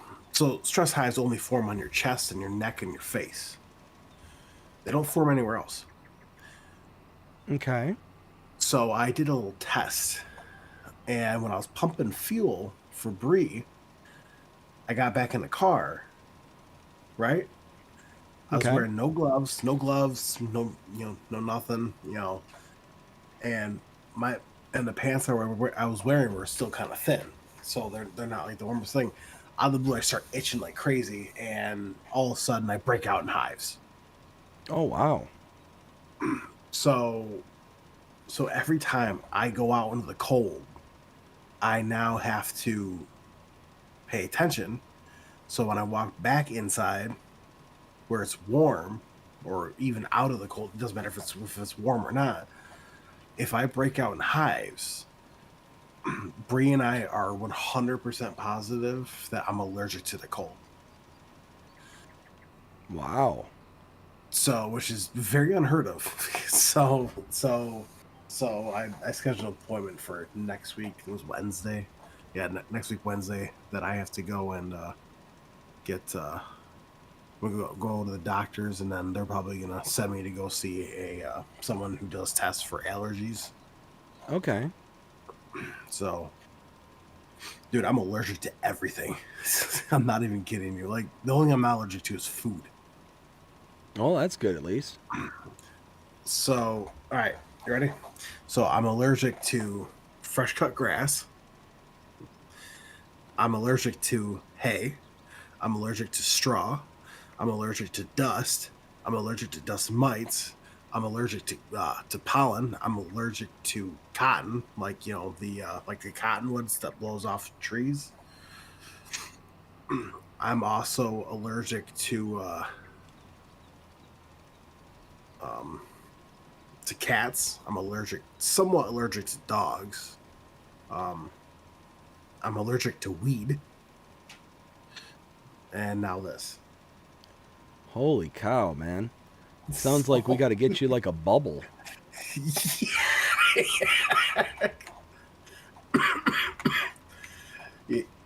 it was so funny because a friend of ours literally made that joke. His name's James, and he goes bubble time. I mean, that's rough. And I mean, the worst part about it is like didn't you live on a not a farm? Like I know your parents' farm and whatnot, but weren't you like on a farm before you went to your most recent place? So I grew up. So I grew up on my parents' farm, um, and every time I mowed the lawn, I had to wear a mask, and I had to put on long sleeves, gloves, and everything else because I'm allergic to fresh cut grass. I was never able to step out inside the field after they mowed. Um, Wow. and and then whenever they did hay, I couldn't step out in the field. And then and as soon as they are like, I couldn't even touch a straw bale without gloves. Um, and if I ever touched a straw bale, then my arms and my hands got all red. They didn't really swell up that much. They swelled up a little bit, but nothing really major. And I started itching like crazy. Ooh, man. So, yeah, I'm harping on Brie right now to hopefully let us get a house cleaner because we both don't have the time right now to clean the house, and I've been trying to have her dust. So, but the to answer your question though, so I grew up there, and then I ended up moving to Batavia, new apartment, and then I moved to where my brother lives in East Pembroke, and then I moved back home, and then I moved next door to them, and then I went from there, and now I'm living here. So, okay. I mean, my allergies don't spike up that much, only because even when they mow out here, they mow like every other day, so you can't really tell that they cut the lawn, which I guess is a good thing, but a bad thing at the exact same time. Um, and Bree thinks that the cold air and some other things are affecting my asthma, which is one reason why I sound like I sound, and like because I'm over the cold already, it's gone, but I'm still all stuffed up and everything. So man, it's one of those, like, if you were to have to move somewhere outside of New York, you'd almost have to go to somewhere like Arizona or something like that, because not going to be a whole lot of like pollen and stuff like that, like being out in the warm, dry climate. Because I know, like, down here in Florida, pollen like is a real nasty business, especially in the springtime. Like, my wife, she's got allergies, but it's not like unbearable. But I mean, there are times where she's like, "Oh man, I'm just absolutely miserable." right. And it's like, whew, man, Yeah. it's I feel bad because it's like I look at her and I can just tell, like, it's attacking her nose, and just her whole head is all kind of foggy and stuffed up and all that. Mm-hmm. And it's like, I just look at her and it's like, babe, I wish there was something I can do for you, but outside of getting you some not Benadryl, Claritin or something like that, there's Yeah. not a lot I can do. Yeah. I mean, Bree always tells me to take Benadryl, um, especially at nighttime because the Benadryl makes you tired. Yep. Um, because I remember I took that before I went to work one day, Uh-oh. and Oops. I got to work, and Taylor, who's the assistant manager, she looked at me and she goes, "Are you feeling okay?" I was like, I feel "I am." great. I'm like, "I am not here, but I'm here." And she goes, "I thought you said you were allergic to, you know, a special little plant," and I was like, "I am." But that's not what happened. I took Benadryl because my allergies, my asthma are acting up like crazy. So and she's like, okay, well, just I'll keep an eye on it. Not even halfway through my shift, she looks over, dude. I'm not kidding you. The plaza looked like a ghost town. There was literally nobody in there. She was up front, and then she looked over at me because someone said something, and I'm standing there looking like I'm about to pass out. Because and then she was like, "Will, break time." I was like, "Yay, break, yay." And that's You when you know, go in the back room and just fall asleep. so well, they don't really have a back. They don't really have a back room. But the employees use what we call the truckers lounge. Um, Okay. and so I ended up going in there. She ended up coming in and was like, "Well, listen, if you need to take an hour break, I am okay with that. Take a nap, do whatever you need to do." I'm like, "If I take a nap, I'm not waking up." I'm like on top of only getting 3 hours of sleep, and I took Benadryl because of my allergies. Yeah, Oh man, so so yeah, that's like a double whammy right there. Is not only are you got the Benadryl on board, but then you get 3 hours of sleep to boot. Like, oh yeah, man. yeah. So I ended up yeah, so I ended up asking her if I could go home early, and she was like, "Listen, it's dead enough. So if you just want to go home instead of taking a lunch, that's fine with me." So I'm just clocking out and going home. You know, um, Mm-hmm. thankfully she was super nice enough, and she bought me a Red Bull before I left. So hopefully dude, is the amount of times that I literally thanked God and praised him by the time I pulled into the parking lot was ridiculous. because I had just enough steam from that Red Bull to make it back to the apartment. Oh man, yeah, that's really scary. Like going there with the Benadryl on board, 3 hours of sleep. Oh man, Yeah, that's so I'm some like, scary stuff right there. I'm like, I told Bree, I'm like, yeah, no, I'm not taking no more Benadryl unless I'm going to bed. Yep, yep. And the only thing she said was this, ready? Aye, aye, Captain. and I was like, oh, and then she looked at me. She goes, listen, we both worked in a pharmacy. Why didn't you know it put you to sleep and yet you took it? I'm like, I knew that it puts you to sleep. I had to reword my words there for a minute. You know, So and then she's like, well, why did you take it then? And I'm like, why? Because you gave it to me.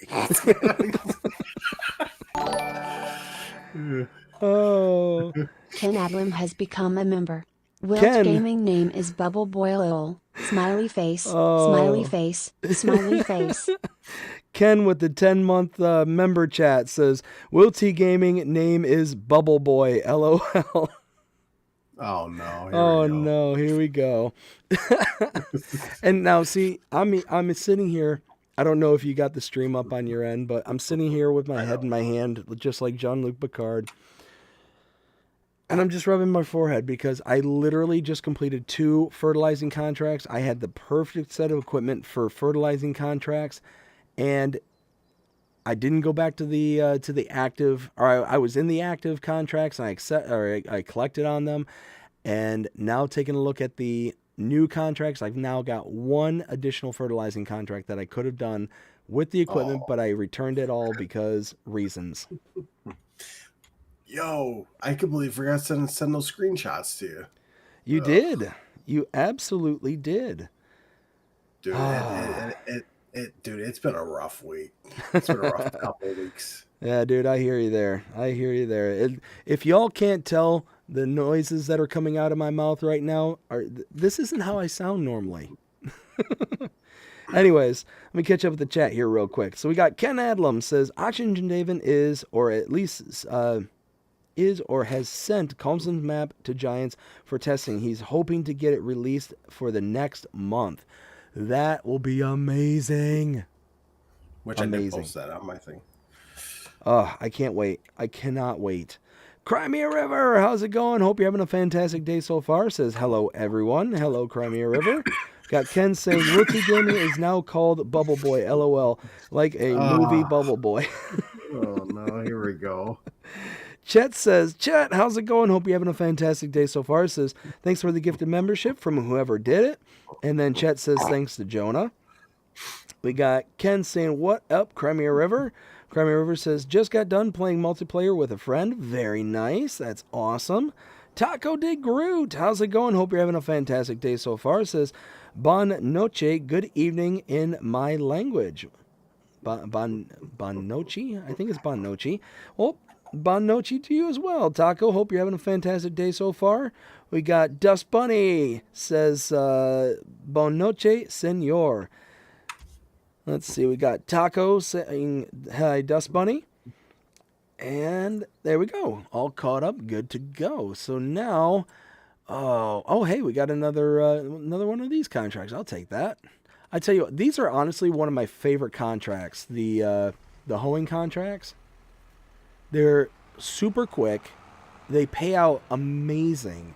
I take these out and I always accept these. Because you figure this one here is what? This is going to pay out at the end a little less than $4,000. It's going to be like $3,000 some change. But it's not going to take me long at all to get this done. Like, this is going to be done in no time. So, I mean, it's just one of those, I eat these like candy. Just get them done, get a whole bunch of them all at the same time, and it's just boom. You're good to go. And the best part about it is the equipment is so easy to handle. It's easy to kind of just sling around. So yeah, for for what it is, if you're a player who likes to do contracts, this is one of my favorites right here. You don't have to buy seeds or fertilizer, herbicide to do them, so you're not out any money. Speaking of purchasing, the one mod that I cannot wait, that I really hope makes a return, is the one mod where it had all the stuff on pallets. It was 5,000 liters for $1,000 for each pallet. I think it was called the Farm Supply Pack, if I'm not mistaken. That one there, I'm really wanting back here on FS25 because that saves so much money. Like, so much money. It's ridiculous. The amount of money that you spend on all these various products, and it just eats into whatever profit you may get from contracts. Right. Now, I know there's some workarounds. There's like the custom buying station from 82 Studios. I know there's like those kind of things that are now available for us. But it's just one of those, like, you have to buy them, you have to put them down somewhere. And I personally, I hate having those on my farm because they always stand out and they don't look right. So it's just, I don't know, it's just one of my kind of personal hang-ups. Not a huge fan of it because of it. And it's got to be a very special situation. Like, if I own, like, the shop area, like, if I can buy the shop on a map and place it down there, I'll place it down at the shop. That, to me, kind of at least makes sense. Or at a place where the kind of structure would make sense. Oftentimes those structures, to me, like, I know that sometimes there's like little mini silos and stuff like that, but it's just, my brain just won't work around the fact that it just doesn't seem aesthetic enough for the farm. Does that make sense? I gotcha. Yeah, here we go. Let's see. Before I get going, let's catch up with the chat. We got where was I? There we go. Taco says, for everyone, the language is Papamentu,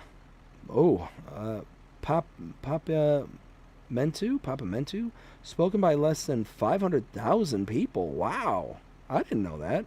I don't even know what language that is. Have you ever heard of that, Will? I've never heard of that. Your guess is as good as mine. Yeah. Papamentu. Huh. Oh, that's awesome. This is looking really good. Let's see, Dust Bunny says, are you on an island, Mr. Taco? Whiskey Creek says, hi there. Hi there, Whiskey Creek. Hope you're having a fantastic day so far. Got Whiskey also saying hi there to Dust Bunny. We got Ken saying, what up, Whiskey? Got Dust Bunny saying, hey there, Mr. Luke. Taco says, yep, Kurkow, this 13th of January, 34 years. Oh, very nice. Very, very nice. We got Dust Bunny says, are you trying to tell us you're hungry, Mr. Luke? You know what? I'm a little hungry myself. Be perfectly honest. One of those where my wife, she's not big into Mexican food, but we decided that we were going to take our kids up to the park and let my oldest run around after work. Yeah. So unfortunately, that means that, you know, when we decide, you know, hey, we're going to the park after work, we have a very shortened window as to when and what we can make for dinner. Well, I'm like, well, why don't I just make like a burrito or like a steak burrito or something like that? And right. She very, very vehemently cannot stand like tacos and burritos and stuff like she doesn't like that whole kind of Tex-Mex flavor kind of thing. And which is absolutely hilarious because everything that will go into a taco, like all the individual components, she loves every single one of them. The absolute moment that you put them all together in a soft shell, hard shell, or anything like that, she just turns her nose up to it faster than you can say anything. And And she just stuck her head into the room, and she's listening to me tell this story as we speak. So, Oh boy. so I'm minding my P's and Q's. He's in trouble. Not yet. I'm not in trouble yet. She's sitting here laughing and smiling so far. So far. But who knows? I might be able to find a big enough shovel to dig myself into a hole. I hope that's not the case.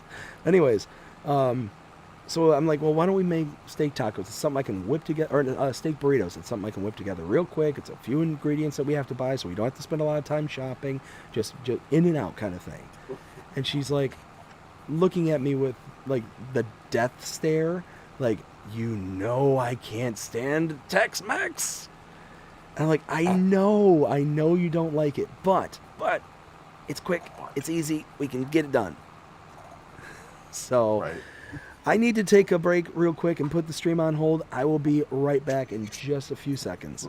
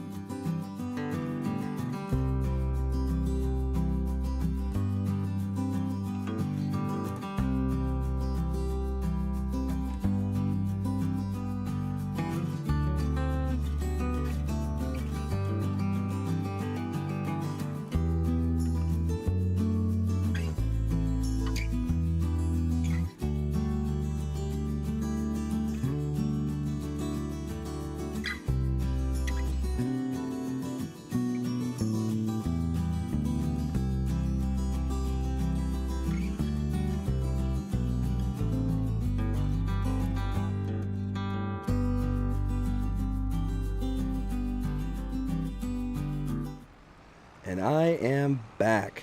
All right. So my wife was getting ready for bed. She just wanted to wish me good night real fast. But so anyways, like I was saying, she absolutely cannot stand like Tex-Mex in any way, shape, or form. Like the absolute closest I've gotten here lately is a recipe that she came up with called sweet potato nachos, where it's literally just everything that would go on a normal nacho, but you use sweet potatoes, like sliced sweet potatoes, instead of chips. Huh. So it actually is really, really good. Like if like nachos are your bag, then taking the nachos, you bake them in the oven, or you can fry them like a potato chip kind of thing. Turns out really, really good, like really good. But let's see. Okay, so yeah, that's basically what we ended up going with for dinner tonight, and it's one of those where I handed her dinner because I generally cook. I generally cook the dinners because I love to cook. I just absolutely love to cook. And she looks at it and she just kind of gets this like little sullen little look on her face. She's like, I'm gonna eat this, but I'm not gonna be happy about it. And I'm like, you know what? I understand, but it was quick, it's easy, and we were able to, get it out really fast. So let's be okay with it for just tonight. And now I've got leftover burritos for tomorrow, so I'm pretty happy. Because I love me Tex-Mex. I love it so much, and it's one of those like I never get to have it on a regular basis because she doesn't like it so much. So it's one of those that I go without for very long periods of time, and there's times where I'll actually go out of my way and make 2 separate dinners because I want it so bad. It's like I'm in the mood for a burrito bowl, or I'm in the mood for a taco, or I'm in the mood for whatever. Like nachos, like regular nachos. And she's like, you know what?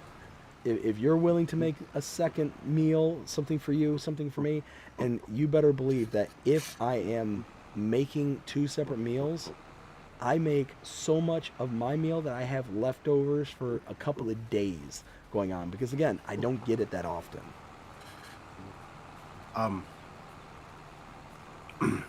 To answer your question there, BDD, it's Field 91. Field 91. I'm trying to remember where that is on the map. Like, give me kind of ballpark where that's at, like a landmark. Bottom left-hand corner. Okay. Yep. I know where you're talking. Yeah. Because if you look at like your main starting farm and you have like Field 3, 4, 5, literally, if you go right below, it's like right below that. Yeah, so it's like immediately south of like the playground and stuff. Yeah. Gotcha. Okay. So let's catch up with the chat here, because I see there's a whole bunch going on here. We got, let's see. Whiskey Creek says, just got done with Awana. I don't know what Awana means. Let's see. Whiskey Creek says, yes, I am. Dust Bunny says, what is Awana? Whiskey says, it is a Bible-based youth group for kids. Oh, okay, very cool. Let's see. Dust Bunny says, that's awesome. Are you one of the teachers? Whiskey says, it stands for Approved Workmen Are Not Ashamed. Oh, okay. I am the game director. Oh, very cool, Whiskey. Very, very nice. Dust Bunny says, awesome, Mr. Luke. Taco says, Curacao is an island in the Caribbean next to Aruba. Yes, I actually... After you mentioned it in the last stream, I actually looked it up because I had no idea. I was completely oblivious to where that was. So I actually looked it up. So I am now familiar with where it is located. But only just. It's one of those, I was X number of years old when I learned X. X. Let's see. Dust Bunny says... I'll bet it's absolutely beautiful there, Mr. Taco. Whiskey says, so no Taco Bell. No. I mean, it's not just no Taco Bell because, she doesn't like Tex-Mex. It's just no Taco Bell because of the ramifications of Taco Bell. Everybody here knows exactly what I'm talking about. Don't act like you don't. It is one of those things, if you've had Taco Bell even one time... You know exactly the ramifications for which I speak. It is not a pretty sight. It's not. Taco says, Dust Bunny, I still love it. Awesome. We got Whiskey saying, I'm going to Wendy's. Ooh, very nice. I tell you what, when Wendy's... I'm old enough to remember when Wendy's had their old style of French fries before they did the quote-unquote fresh cut French fries with the rough edge spuds. I loved the new fries when they came out with those. And I literally just heard this before the stream started. Chick-fil-A came out with a new French fry recipe. What is the story with that?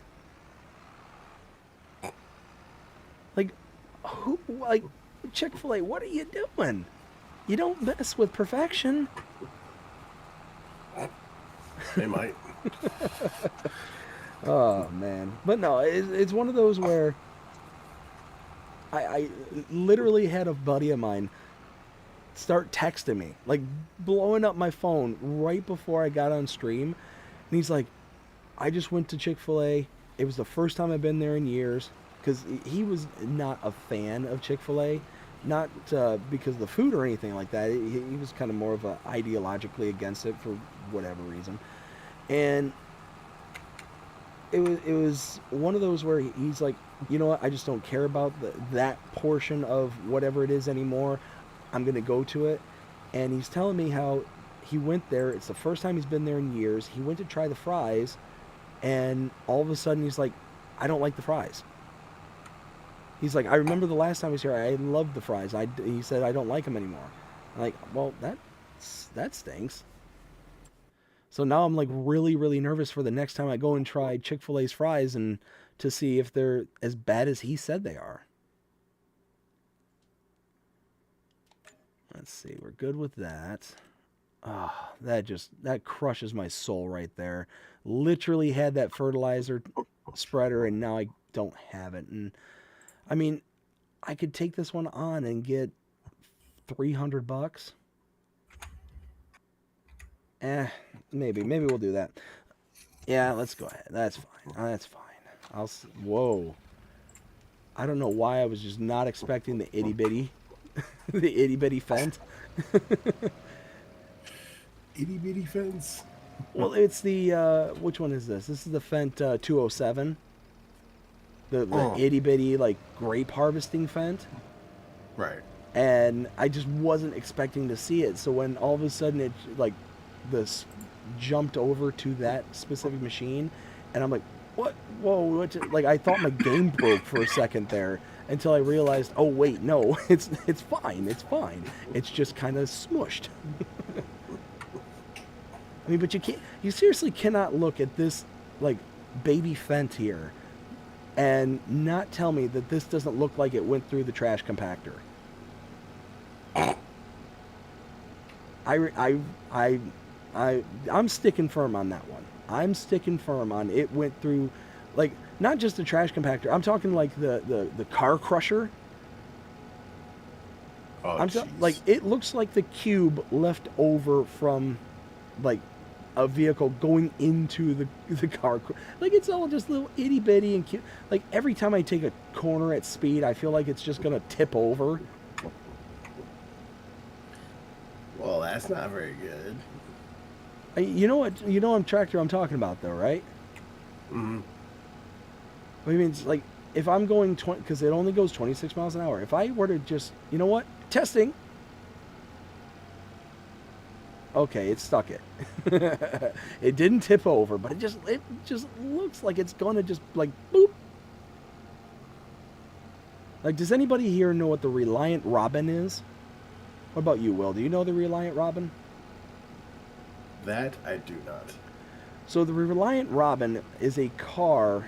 It was sold overseas for several years. I don't think it's still sold, but it was a three-wheeled vehicle. It was a very small three-wheeled vehicle. So there's two wheels in the back and one wheel in the front. And it had a very, very serious design flaw. So if you're driving the Reliant Robin down the road, and anybody who's familiar with Top Gear will know exactly what I'm talking about. I'm sure you'll know exactly what episode I'm referring to. But if you're going down the road and you're going more than, I don't know, 10, 15 miles an hour into a turn, it literally buries the front of the car into the ground because, your momentum has to take you somewhere. And it just buries into the ground, and then all of a sudden you just kind of tip over end kind of thing. You just roll. Right. So you have to turn this vehicle at like less than 5 miles an hour in order for it not to just kind of and Jeremy Clarkston ended up doing one of the Top Gear reviews or whatever they used to be called, and he was driving it around all around England, and literally any time that he had to take a turn, he would take it at normal turning speed, like what you would expect any car to be able to turn at. And every time he did it, he would end up flipped over on the roof. Yeah. And he literally did this like 30 or 40 different times in just the one taping in the one segment. It was hilarious. Geez. And he's just literally just anytime he's got to take a turn, he's like, oh, I don't want to turn, but I have to. And he just turns the wheel, and all of a sudden, just kind of topples over, and it's like end over end. And he would just start shouting at people like, hey, can you come give me a push? Hey, can you come give me a push? and literally people would come over and just push him back onto his wheels. Like he would not get out of the vehicle for anything. Because oftentimes he couldn't. But, right. I mean, the point being is that he would just literally, hey, can you give me, and they would literally just come over and give him a push, and they'd be right back on his wheels. That's insane. And then he would start the car back up and take off down the road all over again. There was one time where he had ended up on his side, and it was just, he's just laying there, and some random person just comes walking up to him, and he's like, "Excuse me, can you give me a push?" And like, guy's like, "Okay," and he just goes over, he pushes the car over, slams down on its tires again, he fires it up, and he gets going again. And the camera then starts focusing on the guy who was kind enough to push him over, and all of a sudden he makes a U-turn and tips over again. Oh, jeez. So it was just one of those, like, I'm sure it was for like comedic effect and all that stuff, but it was so hilarious that it just stuck with me. All right, let's catch up with the chat here. So we got, I think I left off with Taco saying, "Nope, no Taco Bell, hate the..." Now see, Taco, where's that? Every once in a while, I like Taco Bell, but it's the after effect. It's everything that, like, just comes with it. And it's just, to me, it's not worth the afters. No. See, I like Mighty Taco better. Well, and that's it, is I can make my Tex-Mex infinitely better. Like, so I mentioned how I made burritos tonight. Well, I'd made these actually last week, and it was one of those, like, I'm going to have this, because it just so happens that we had bought some steak, and I cooked it up on the grill the night before, and we had a whole bunch left over. So it's like, you know what, I'm going to do something with this leftover steak, but I wasn't in the mood for just steak. So I was like, I'm going to do something with this. So I ended up, kind of pan frying it real fast and mixing in some of taco seasoning, some green chilies, some fire roasted tomatoes, and I cooked it all down with the taco seasonings and all that stuff.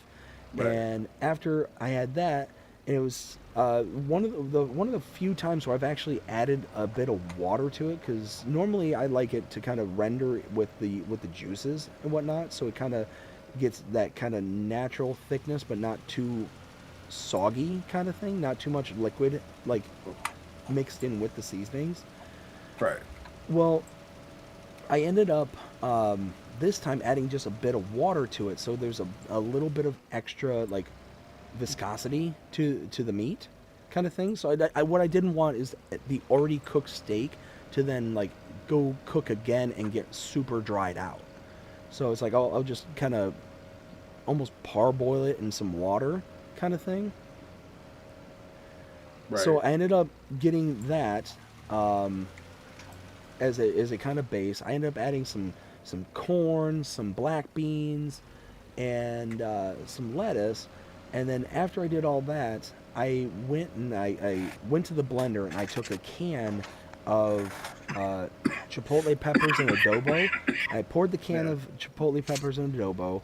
I added in some Greek yogurt, cottage cheese, sour cream in there, some salt, pepper, garlic powder, and onion powder. And I blended it all up so it was all nice and smooth. I put it into like a squirt bottle, and I put all the fixings into the burrito, and I squirted it down with a bit of that sauce. Oh boy, was it so good. Oh man, like, when I tell you, I was so tickled pink with how that one turned out.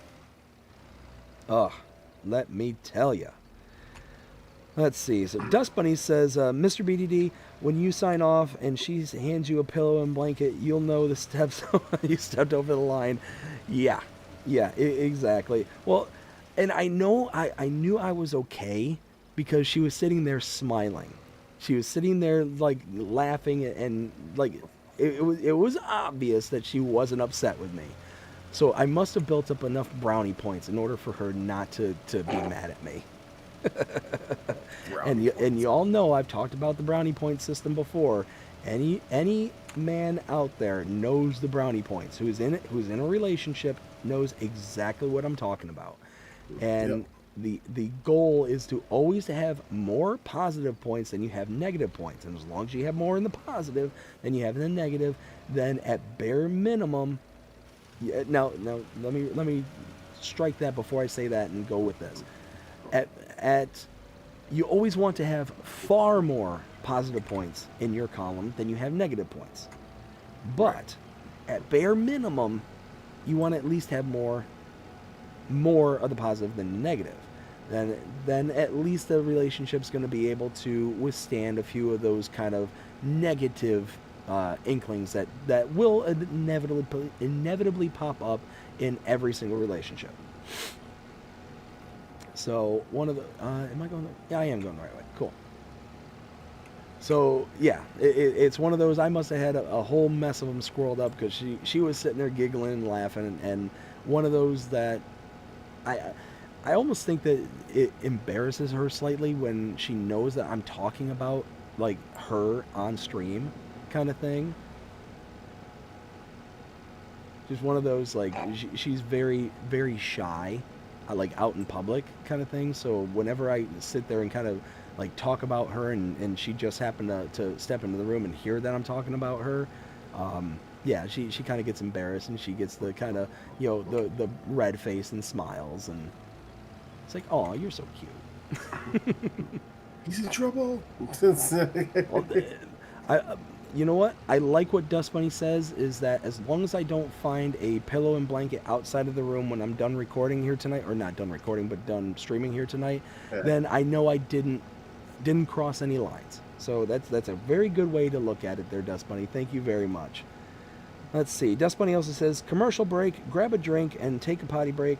Mr. BDD appreciates your support. Thank you. I really, really do. Thank you very, very much, everybody who's out there tonight. Taco says, I'm a chef and hate any kind of fast food. Oh, yeah, no, absolutely. I can 100% understand, somebody who's a professional in the world of food not appreciating fast food. Now, I will say one thing. There's a YouTuber that every once in a while, I'm not saying that I follow them, but there's every once in a while their content pops up on my feed, and I'll occasionally click on them.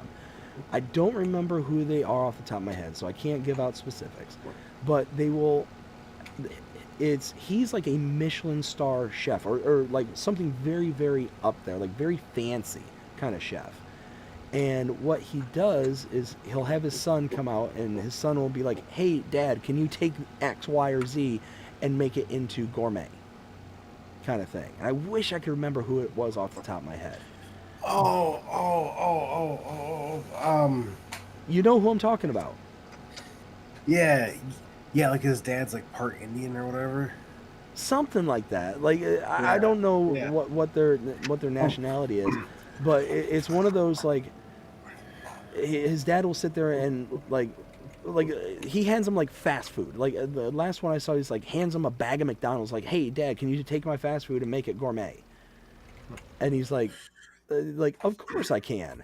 And sure enough, he sits there and takes all these individual components of the McDonald's and like really like add some flair to it to make it into like this big time gourmet meal. It's actually really impressive to see like somebody be that creative with not just with food but with anything. Like taking something that's like that kind of low tier, low grade kind of food quality and turn it into something that could be, passable as gourmet kind of thing. I just always found to like that concept. Now, if it's the exact same people I think you're talking about, I know I watched one where where he walked up to his dad and he goes, hey, Dad, hey, can you turn my TV dinner into gourmet? He goes, yeah. Yes, that's one of the things I saw too. So it's got to be the same person. Yeah. So yeah, it's absolutely nuts if you ask me. It's like, it wasn't like a fried chicken or something like that, like a fried chicken TV dinner. Yeah, and he it was actually funny because I actually watched someone's reaction to that, and it was the funniest thing in the world. And you would not believe who the reaction was from either. Who's that? Just take one lucky guess. Was it like a Gordon Ramsay or somebody? That's exactly what it was. Gordon Ramsay. That's Yeah, awesome. yeah. Because he was reacting to it, and he literally was. He literally stated, "Oh no, no, man, not even." Like, he's like he started like freaking out like he always does. He goes, he goes, he goes. You shouldn't be taking fast food stuff and making no gourmet. What's wrong with you? In typical Gordon Ramsay style, right? Yeah, yeah. I tell you what, I have an like kind of a I don't know if it's built up in my own head. I think that he would be absolutely hilarious to be around. That Gordon Ramsay. My uncle Chris and my uncle Dan actually know him. Oh, really? Yeah, Oh, that's cool. I don't know. It just yeah. something about him just seems like he'd be absolutely one of those like no nonsense kind of guys, but just one of those like it'd be really really cool just to kind of sit down and just hang out with kind of thing. You know what I mean? I don't know why. Well, I don't know why I think that. It's just something that just kind of the vibe that he puts out. well, it was funny because my uncle Chris and my uncle Dan actually have been to his California and his New York restaurants. Oh wow. He said they're very pricey, Oh very yeah. very pricey. But he said that he absolutely loved it because when he was in New York, Gordon Ramsay was there in the kitchen, and he was like insulting everybody while they were cooking. It was the greatest thing in the world. I'm like, yeah. No, oh man, I gotta go. Yeah. So my uncle Chris is gonna take me and Bree at some point this year down there to go to one of his restaurants. Oh, that's cool. So Uh, Like I said, it's just I know that especially nowadays, like modern, especially American culture, there's a really big like sensitivity problem, quote unquote. And it's one of those like I've never had an issue with somebody who has extremely high standards and expects the best kind of thing. If anything, that's like something that I actually find kind of endearing is like somebody who's going to be like, this is my expectation of you and this is what I expect, like you need to be able to achieve it, and if you're not able to achieve it, then don't bother showing up kind of thing. You know what I mean? Like it's just one mhm. of those where I don't know. I guess in the world of participation trophies and all that stuff, Yeah. it's nice to see like somebody like a Gordon Ramsay who's going to be like, "Hey, this is crap." And I'm not going to be, afraid to tell you that it's crap. Well, see, I think it's funny because Bree has heard of him, but she has never really watched his stuff. So I was like, listen. So while her and I were eating dinner one day, I put on one of my favorite shows from it called Kitchen Nightmares. Oh yeah. Yep, yep. And I was like, okay, listen, you have to watch this with me. And she goes, okay. So we gonna sit down. Dude, she can't stop watching. Every time we eat dinner, she goes, throw it down, throw it down, throw it down. Like the very first episode, she literally spat out her food across the room because she was laughing so hard. Yep. And and it was the very first episode when because it was this French guy, and he's like so stubborn and everyone else. I remember him standing there yelling, pointing at me. He goes, he really was like, "Shut up, you French pig!" It's like, Oh my goodness. But no, it's it's just it's wild because like now was it the UK version that you were watching or was it the American version? I I believe presume it was, the UK version. it was on Amazon Prime, so I don't I believe so. I believe so. I couldn't tell you honestly off the top of my head on which version on what version it was, but Bree goes around now saying one line that he always says. And the only thing I can say is beep me. Yeah. Oh man, like I said, it's hilarious, and I personally I prefer the UK version to the American version because the American version is very censored and very like toned back. The UK version, like he's going off the walls. Like, Okay, so just, it is the UK version then because you can hear everything. Yeah, like there's cursing and there's like like for those who don't like to hear cursing, those who don't like to see that kind of level of confrontation, it's probably not a show for you. But it's just one of those like I said, I have an appreciation for somebody who's like, this is a standard, I'm going to set it, and this is what I expect you to be able to do. And especially when it's something like a restaurant, because the whole premise of the show, Kitchen Nightmares, is that Gordon Ramsay, like if you ever seen like that show with Jake Tapper, I think it was Jake Tapper, the bar rescue. It's something similar to that, where he goes into these failing restaurants and he basically tries to save them. And oftentimes the owners are just very obstinate, very standoffish kind of thing, because it's one of those like, oh well, that's my baby, I'm gonna run it the way I want to run it, but it's failing for a reason kind of thing. So you got to kind of acquiesce to the fact that hey, maybe you're not doing it as well as you ought to be doing, right, and be open to some criticism and all that stuff. Well, I mean, he's just blunt. He's just extremely blunt and says, look, this is what you got to do, and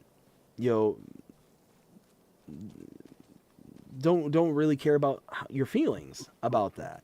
Like this is what you need to do in order to try and be successful. And if you're wanting to be successful, then you really ought to listen. And if I'm sorry, but if somebody like Gordon Ramsay were to sit there and come up to me and say, hey, if you want to be a better cook, do X, Y, and Z, you better believe I'm not going to sit there and argue with him. I'm going to be doing exactly what he told me to do. Right. It'd be like if I were to be working on my house and I was sitting there rewiring an electrical box, or I was rewiring an outlet, and all of a sudden a master electrician just comes out over my shoulder and he says, hey, you ought to do X, Y, and Z. And then me just sitting there looking at him and being like, who are you? Like, I don't care what you have to say. Get lost. Take a hike kind of thing. It's no different than that. It's like you got this person who's like extremely famous for one thing and one thing alone, and you're going to sit there and argue with them. Again, is there some stuff that's kind of made for TV? Is there stuff that's kind of exaggerated? I'm sure that there's like people out there who's just doing it for the views kind of thing. But it's one of those, like, I couldn't imagine, like, if I ever had the opportunity to meet like a I don't know, insert famous YouTuber here, and they told me, hey, you ought to consider doing X, or you should do it this way kind of thing. You think I'm going to sit there and argue with them? No. Absolutely not. You'd be like, I'm going to be like, oh, okay, let's do it. Okay, you are gonna get a crack out of this one, man. Let's hear it. I told Bree while we were watching that show, I'm like, babe. She goes, what's up? I'm like, listen, you know how I tell you I'm a smart aleck? And she goes, yeah, and I already knew that one. You know how you know how I am at my job, right? And she goes, yeah, but you gotta be careful. I'm like, this is what I want to be at work. and I'm like, listen, and if no one ever got offended by nothing, then or if I really didn't care, then yeah. And she just started laughing, and she literally was like, you know what? I could see you getting along with Gordon Ramsay just fine. Oh yeah. And there there was one episode that I think it was season 2. I forgot which. I think it was season 2, episode 4. I think it was like 4 or 5 somewhere around there. where a customer literally comes in and literally asks if they have something, and Gordon Ramsay looks right at him, and he looks right at him. He walks over. And he taps on his shoulder. He goes. Excuse me, sir. I have an idea. Well, why don't you look at the beep menu and you might be able to see it. You know, I'm like, you have no idea how much I want to say that at my job right now. It's like, because people are like, hey, do you have this? It's like, look up behind me. Look on the big bright boards and you'll know. You know? Yeah, and Bree's like, you got to be careful. I'm like, yeah, because people are too sensitive. You know? His show's coming back. Oh, is it really? On Super Bowl day, he has another Kitchen Nightmares episode coming out. Oh, nice. That's awesome. Yeah, see, it's one of those where, oh goodness, what was I gonna say? I had it and I lost it. Sorry. No, it's... Oh, man. Oh, so you were saying how you want to be able to, like, how you would want to be able to address, certain people in certain instances.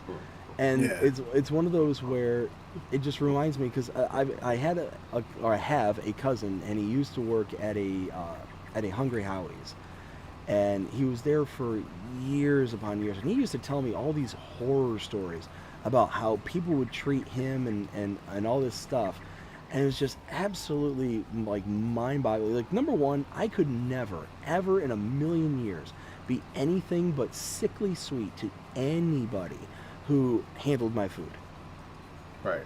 I mean, in no way, shape, or form am I going to do anything that could even be perceived as a slight against somebody who's handling my food. I want that person to be able to look at the food, look at me, and be like, hey, this guy was really, really nice to me.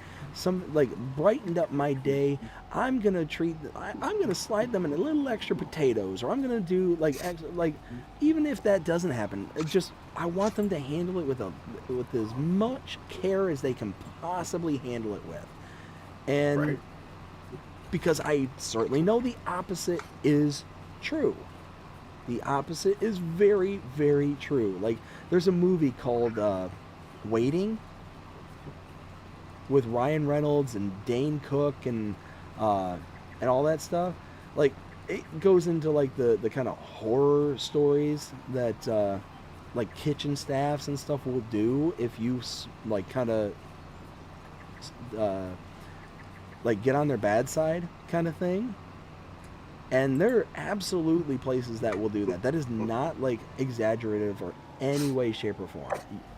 Oh yeah. So it's one of those. I've never, ever in a million years have I been anything but sickly sweet to the wait staff, to anybody that it's involved with dealing with my food. If I'm going out somewhere, I'm as sweet. I'm sweeter than a piece of toffee. Like, that's how, like, I'm trying to be as nice as humanly possible. Right. Oh, there we go. Oh man, this is turning out to be one heck of a farm build. Ooh, really? Oh, I'm loving it. All right, let's finish up with this field here, and then I'm going to catch up with the chat, because I keep getting like one or two sentences in, and then I keep getting distracted. So we're gonna stop getting distracted, and then we're gonna get into the kind of channel responsibilities that we got to do here. So whoops, let's lift that back up. All right, so let's check this out real fast. So here, let's go bring this up. All right, so we got Whiskey Creek saying he is going to be back with his black and blue stripes across his he's gonna be back with black and blue stripes across his face. What? So Whiskey Creek was saying that my wife's gonna beat me up. Oh. Dust Bunny says, my son is a self-taught chef. Ooh, very nice.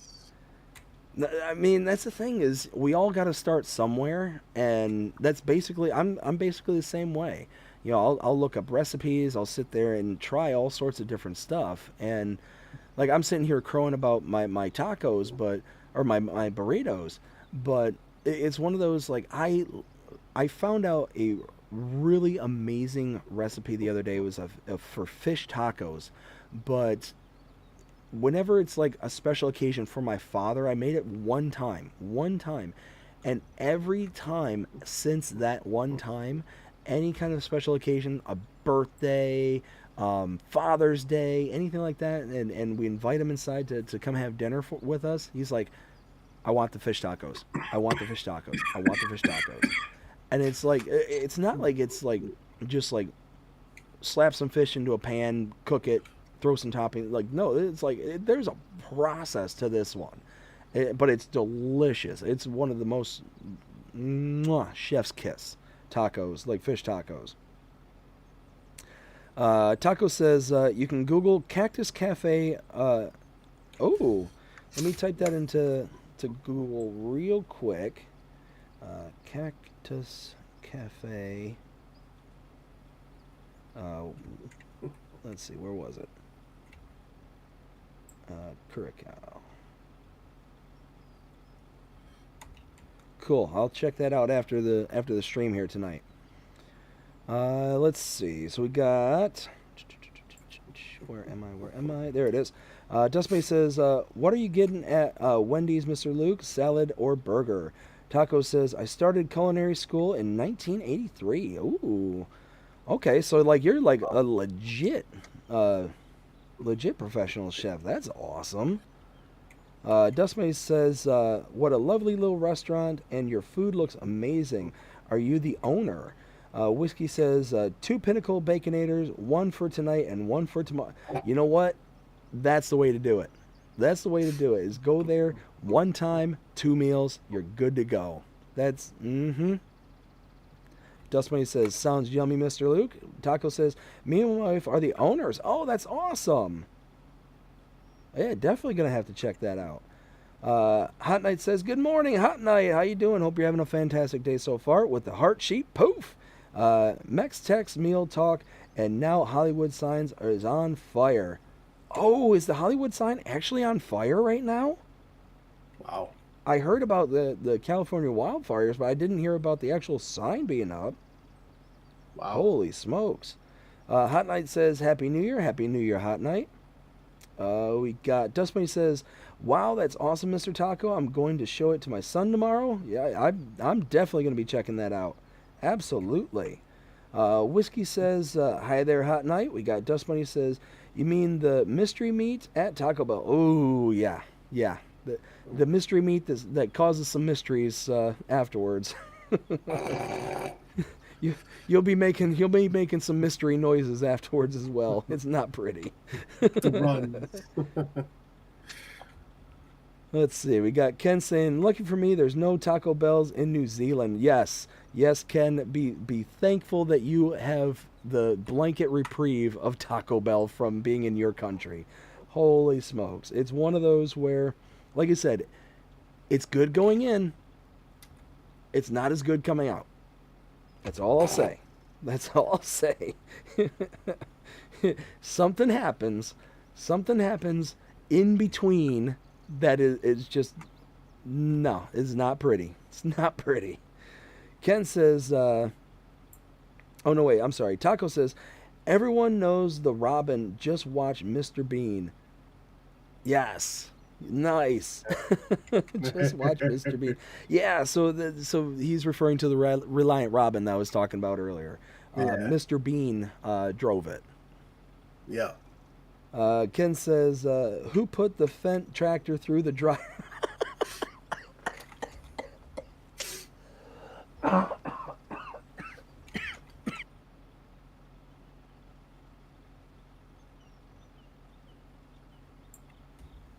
Oh my goodness, Ken. You can't try and kill me like that. Oh my goodness. Oh. Oh. Oh my goodness. Dying over there. Oh, he's trying to hurt me. Call 911. Oh, Ken. Ken, what are you doing to me? Whew. Whew. Okay. Take a break. Reset. Ken says, who put the Fendt tractor through the dryer without telling me? Because they shrunk it. That was really good. That was really, really good. Crimea River says, good night, everyone. Good night, Crimea River. Hope you have a fantastic night. You take care, and we'll see you again next time. Ken says, good night to Crimea River. Taco says, the chef you're talking about is Iron Chef. Thank you. Thank you. That's exactly who it is. That's it. That's right, because he went through the Iron Chef competition. Yes. Oh, thank you. That was driving me nuts. Let's see. Whiskey says no to rail fanning Jonah. He was here earlier. I don't know if he's still here, but let's see. Whiskey Creek says that is a great show. Oh yeah, yeah. Taco says about Ramsey's kitchen nightmares. The UK people are way too polite and open to criticism than the US guys. I'm in the business for over 40 years. Not a joke. About Ramsey's. Let me make sure I understood that. The UK people are way more polite and open to yeah, yeah, and that's it. It is like occasionally you get a little bit of pushback from the UK people, but you're absolutely right. They were more open to the criticism. They were more willing to be able to kind of understand that there's a reason why I'm asking for this person to be here, and they were more willing to be able to accommodate and to adapt and to change. But to where the American version, the people were way too prideful. They were way too set in their ways, and they were very much a kind of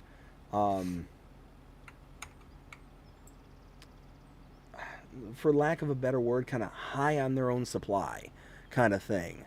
Like they were just so full of themselves, and undeservedly so. Like I never understood that kind of mentality of anybody who would sit there and be like, okay, I want this professional to give me their professional opinion, and then I'm just going to completely disregard it, or just being so into your own world. Like I openly admit all the time that I'm willing to listen to criticisms about myself, about my channel, about how I run things. Like I'm totally willing to listen to say, hey, if somebody says X, Y, or Z, I'm going to take it under advisement and be like, okay, is this something that is something within my realm of control? Is this something that can be done? That's number one. Is this something that I think is going to be a net positive or a net negative if implemented? And just kind of, take that own self-reflection. That's one of the things that I think we as a society have really kind of gotten away from, is being able to take on criticism and not take it so personally, to where everyone's just so caught up in the fact of, almost like they heard that they're perfect their whole lives. You're perfect the way you are kind of thing. Rather than well, no, you're not perfect. We're all flawed in one way, shape, or form. And we need to be able to be told where our flaws are, because oftentimes we're blinded to our own flaws, and should be willing to try and accept that criticism, accept that critique, and attempt to grow from it. It's the sharpening of the stone kind of thing. Eventually it gets sharper and sharper and sharper, and eventually you come out with a diamond kind of thing. Right. But people are so fragile nowadays that it's not sharpening the stone, it's crumbling it. There's no diamond underneath, there's just sand. So, let's see. Whiskey says, Will T, have you had your garlic today? Nope. And Whiskey also says, BDD, it sounds like you need some garlic too. I was really hoping that I was on the upswing at this point. I was feeling great this morning, and I feel fine. Like I know I sound like a train wreck, but I feel fine. But no, my I don't know what's going on. Don't know what's going on, but hopefully we'll get better here in the next couple of days. Because what I'm really hoping is that by Saturday, when it comes to do the BDD Farm Sim talk, I'm hoping that I'll be better by then. I'm hoping that that whatever this is not going to be a continual thing. But it looks like we are all caught up. Let me go ahead and get onto the stuff that is necessary for the channel, starting with the channel members. So let me get to the proper screen here real quick. And okay. So starting out with the Tier 3 channel members, just giving a shout out to each and every one of my Tier 3s, starting with Rail Fanning Jonah, Will T Gaming, also known as the FS Encyclopedia. We got Pipin Paul, Ken Adlam, Whiskey Creek Farms, Crimea River 63, and Philippa Thompson. Thank you all so much for being Tier 3 channel members. Greatly appreciate every single one of you. Now going on to our Tier 2s, we have, let's see, Mark K, Reaver Time Todd, Sven Christofson, Kara Ovidiu. Again, any names I mispronounce, I sincerely apologize. William, Sim Sheriff, Victor Fontenay, Blue Moon Dark, Eli Shava, Rivka, Brian Wilcox, Rambo Hacker Gaming, CJ Mack, Mark Patterson, Kirk Winbank, Doobie Gaming, Christopher Autry, CS Benji 2020, Tad Wernberg, Ben Goodwin, Sir Cold Honest, Daniel, Oldman Gaiman 5150, Gold Gaming, Anderson Tanker 2023, Straight Ham 21, PA Plowboy, Cool Sam 19, Big Papa Sims, Wrench Monkey, Chad Furman, Sausage 1992, Bradford Hambaugh, and Chet. Thank all of you for being Tier 2 channel members. And if you're interested in becoming a channel member, go ahead and check out the link in the description below, or the join button also listed below and on the main channel page. There you can get access to things such as custom badges, custom emojis, early access to edited content such as the Let's Play series and channel shorts. All that for 99 cents a month. That's our Tier 1 channel member group. Tier 2s get everything I mentioned before, plus they get a shout out every single live stream like you just heard here. That starting at $4.99 a month. And then you get the highest tier level that we have here is the tier level 3. You get everything I just mentioned before, plus you get a custom discount code to the channel merch store, as well as the ability to do exactly what Will T Gaming is doing here today, be able to hop on live streams and be able to hang out and chat and do exactly what we're doing here. So again, greatly appreciate every single one of you out there. I also want to give a big shout out to all my subscribers. Thank you also very, very much. Greatly appreciate every single one of you. At last check, I think we're in like the 2,360 range, somewhere in that ballpark. Yeah, doing good, doing very, very good, and I couldn't be happier, and I want to thank each and every one of you so very, very much. Want to move on to the, let's see, I don't think we have any screenshots today. I think we are screenshotless, if I'm not mistaken. Let me, whoops, that's not the button I meant to push. Let's just double check before we go over there. No, we do have screenshots. Okay. Let's see. Oh, and it's not even coming up properly on the screen. Let's fix that. So we got screenshots. I believe these are from Pippa, if I'm not mistaken. Let's stretch. There we go. Stretch that to screen. Yes, this is from Pippa. These are from not Riverview. Oh goodness. What is the map from? What is the map from? Oh goodness. Oh, that's gonna drive me nuts. Celebuki. It's a map from Celebuki that that came later. It was a remake of a map from FS, I think 19, maybe even 20. No, I think it was from FS 19. Will, do you know what map I'm talking about from Celebuki? I can't hear you, man. Oh, you can hear me, or you can't hear me? I can hear you. Can you hear me? Yeah, I can hear you. I said Ravenport. Ravenport. Thank you.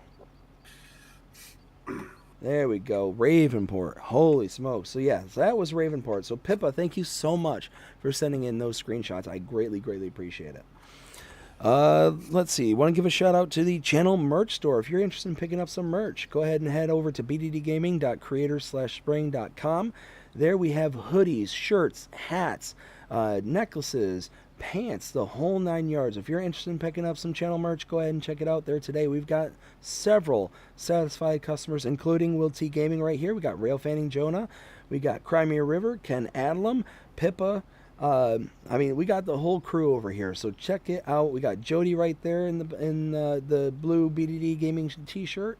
I have heard nothing but very good things about their stuff, and as a matter of fact, I am currently wearing it's a bad day on the farm is always better than a good day in the city. I'm actually currently wearing that. Let me bring to the full cam right here. You can actually see it right there. So go ahead and check it out. And I believe the link to the store is also in the description. So let's go ahead and throw it to the P.O. Box. If you're interested in sending anything to the channel, go ahead and send it to P.O. Box 6136, Hudson, Florida, 34674. The only thing I ask is that if you send me anything, please, please, please include your YouTube handle name so I know exactly who to give the proper shout-outs to, because I would feel terrible if somebody sent me something and I had no way of being able to say, hey, this person was so cool to send me something. I want to be able to give everybody and anybody who sends something a shout-out. So greatly, greatly appreciate every single one of you out there here today and out there just period. So let's get back to the stream. Here, let's go to this screen here. Go to that one right there. Catch up with the chat just real quick. Taco says, good night, guys. Well, good night, Taco. Hope you have yourself a fantastic night. You take care, and we'll see you again next time. We got Ken saying Ravenport. Thank you, Ken. Greatly appreciate it. And Taco says night. Let's see. So I believe we're all caught up there.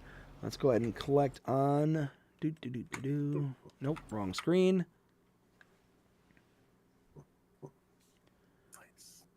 I get stars in the sky. Ooh. What was that? It said stars in the sky. Woo! Nice. Let's see. So, do I want fertilizing? Yeah, let's do fertilizing. This is weird. I'm in May and I've only got those 2 contracts so far. That seems odd. All right, let's fire this up. So, Will, what all have you gotten done on your farm there so far? Well, I got basically everything finished, getting built. Just a couple other things I gotta finish. But yeah, it's looking really, really good. Nice. Well, I'll tell you what. When you get some time, go ahead and send over some screenshots so we can all check it out. Oh yeah, yeah. I'm just fast forwarding time right now because my house isn't built yet. So. Oh, so you're just building the the actual buildable, the constructible? Yeah. Nice. Yeah, it's my favorite. It's my favorite way to actually build houses in this game is do the constructibles. Oh yeah, no. Well, what's cool about it is that it's a cheap initial investment. Like, it's a bit more expensive. Like if you're buying all the materials and all that stuff, like it's really expensive at that point. But if you're able to produce everything, it's the absolute best way to go. You get a super cheap house, and you don't have to like really do anything but kind of wait. All right, I need my calculator out here for a second. Uh-oh. We're doing math? What are we mathing? Just something. Right, Let's see. So Whiskey Creek just went ahead and put in the Discord link. Thank you very much, Whiskey. I greatly appreciate that. Let's see. Let's go ahead and fill all this back up. Feel like we just emptied all this stuff out, and now it's back to filling it up. Where is this going? North. Ooh. This is going up north. So I'm going to take care of that real fast.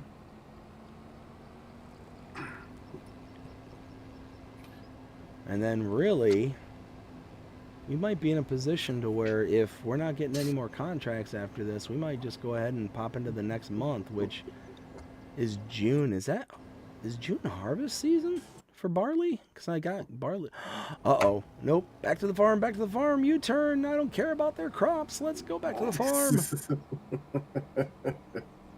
Well, it just dawned on me that I skipped to the next day and I didn't check those pumps. I don't want to have waited so long to get that rice done, and then all of a sudden it's like, oh hey, you got a decrease in yield because you didn't remember to keep an eye on these pumps. Barley is June and July. Oh, June. So yeah, next month is harvest season. Oh wow. Well, that's some rice right there. Oh, see, look at that. Okay, that's perfect. So, water level too low, flood the field to avoid crop damage. Oh, that's perfect. See, that's exactly what you need to be doing. Is every single day that you skip over, every time the time goes past midnight, come and check these things out. That's the key. Water level too low. So as of right now, for normal, like your normal Holstein cows, well, I haven't put them in there yet, but 542 total for right now. That doesn't sound like 2 million to me. No, it's just a start for right now. Just a no. Come on. We got those. What's the Matthew McConaughey? Those are rookie numbers. We got to pump those up.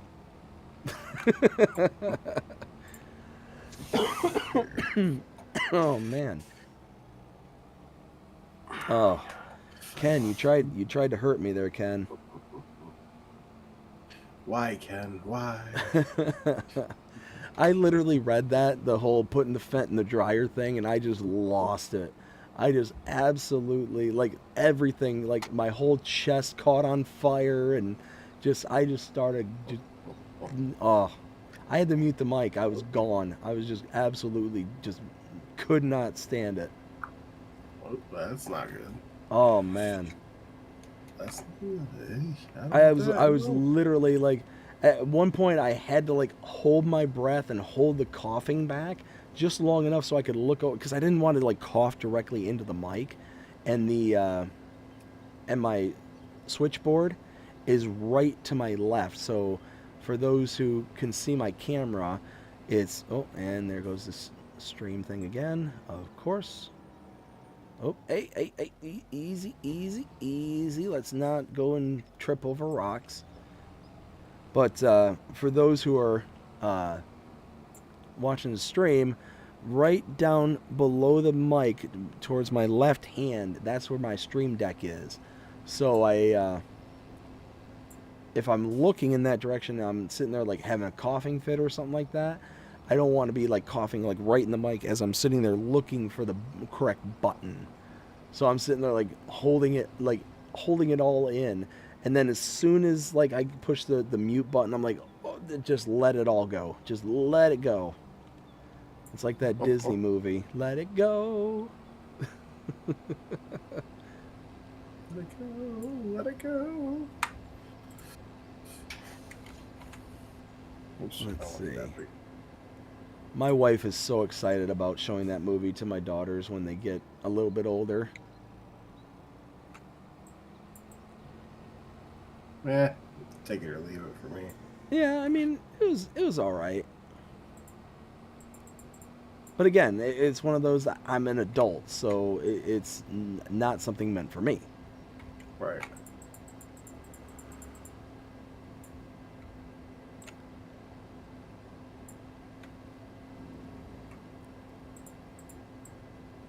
Let's see. So up here, I need to make a left. Okay, I think. Oh, hey, I'm just clipping all the signs. My insurance is going to go through the roof.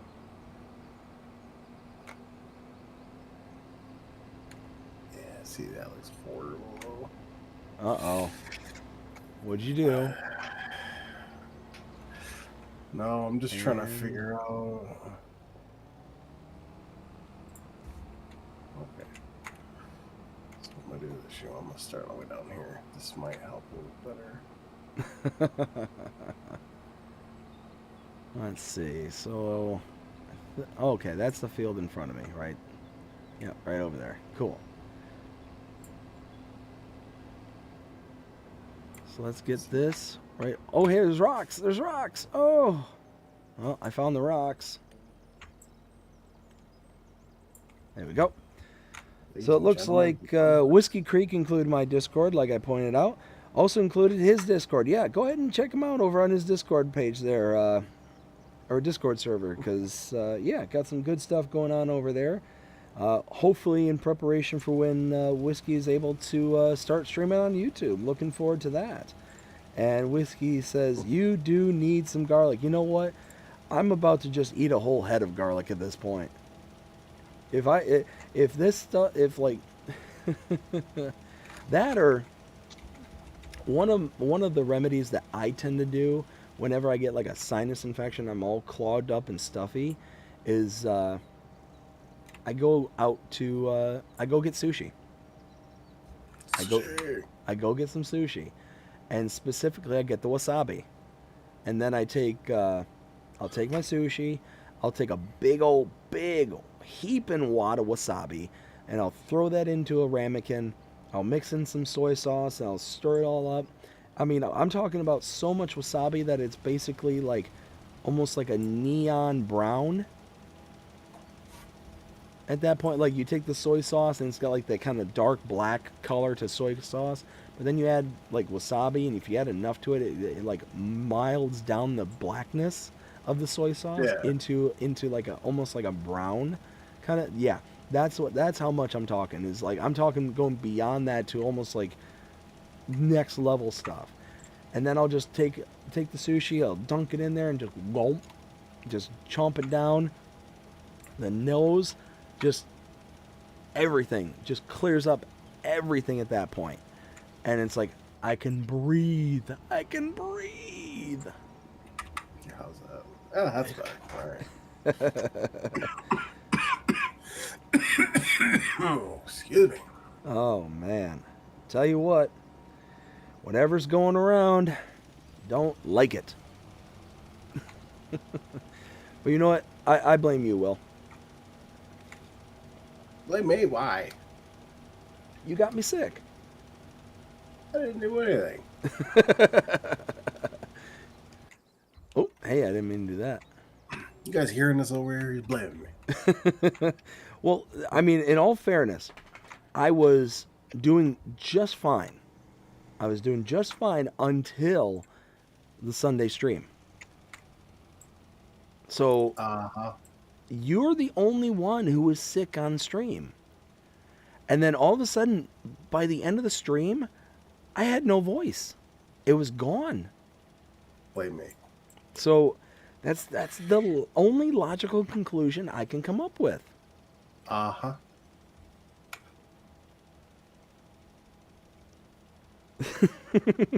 Dude, you literally sound like Brie right now. Cause she started coughing today. She goes, "You got me sick." I'm like, "No, I didn't."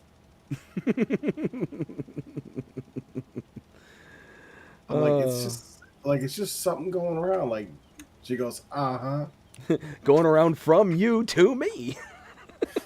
I'm like, don't blame me for it. I didn't do anything. Oh, goodness. Let's see. Ken says BDD puts new meaning to the rocks by puts a new meaning to on the rock. Oh, I got it now. I can read. I promise I can read. I are so smart. SMRT. Mm-hmm. BDD puts a new meaning to on the rocks by driving over them. LOL. Oh man, could you imagine? Could you imagine if in Farming Simulator you actually took damage, like legitimately, like you run into a sign and your tractor gets damaged. You run into rocks, your tractor gets your whatever gets your machinery actually takes like not just like actual like damage like from the bar kind of thing, but like physical damage as well. How cool would it be if like we zoomed in on the Deutzfahr here and there was just a big old like mar and scratch all along the underside of this tractor? How hilarious would that be? Just having that constant visual reminder of you done goofed. I mean, I don't know about you, but I wouldn't be very happy. I mean, I wouldn't be happy about I done goofing, but it's just one of those, like, again, just adding that one kind of sense of realism is just, it's what a simulator should be, what a simulator should try to achieve too. It's like the old EA motto: if it's in the game, it's in the game, kind of thing. Right. Well, when you have, Farming Simulator, if it's on the farm, it's in the game.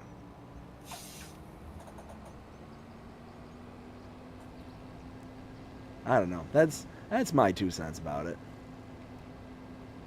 Where am I going? I'm going the right way. Holy smokes. How did I do that? It's like I actually know what I'm doing. Yeah, and then I also have where I'm gonna be having 670 water buffalo. No. So let me get this straight. 670 water buffalo. Mm-hmm. And how many cows did you say you had? Like 400? Nah, hang on a second. Let's see here.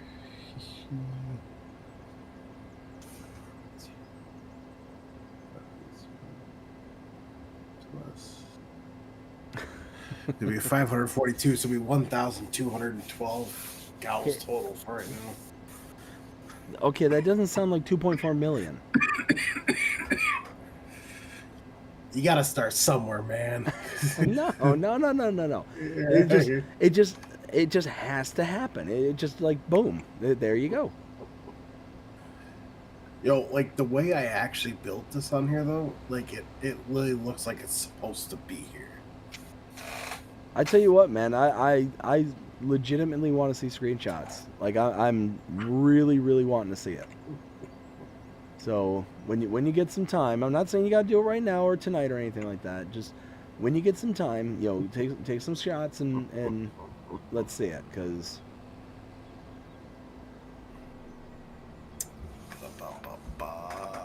okay. What is up with that truck there in front of me? There's a van, and on the back of the van, it's all like flickering.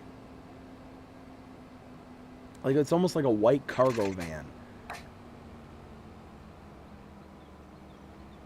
That's weird.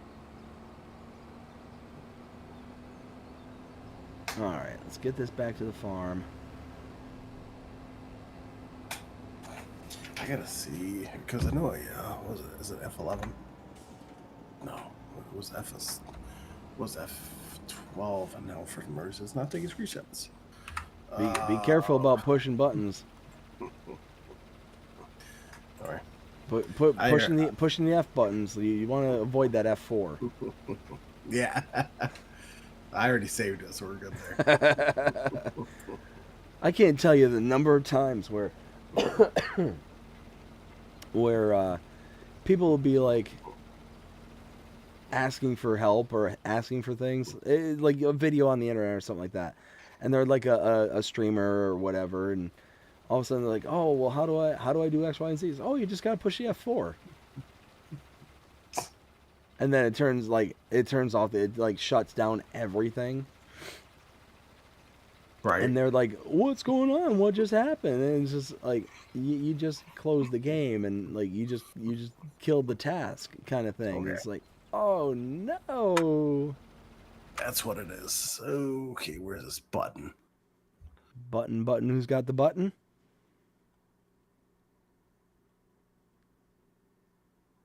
Okay, complete that. Oh.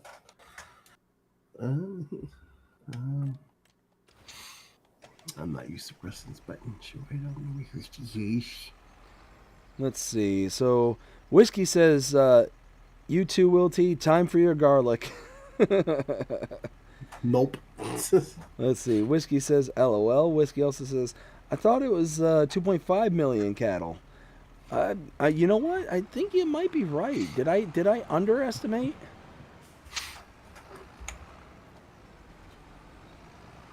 Yeah, you know what, Will? I think Whiskey's right.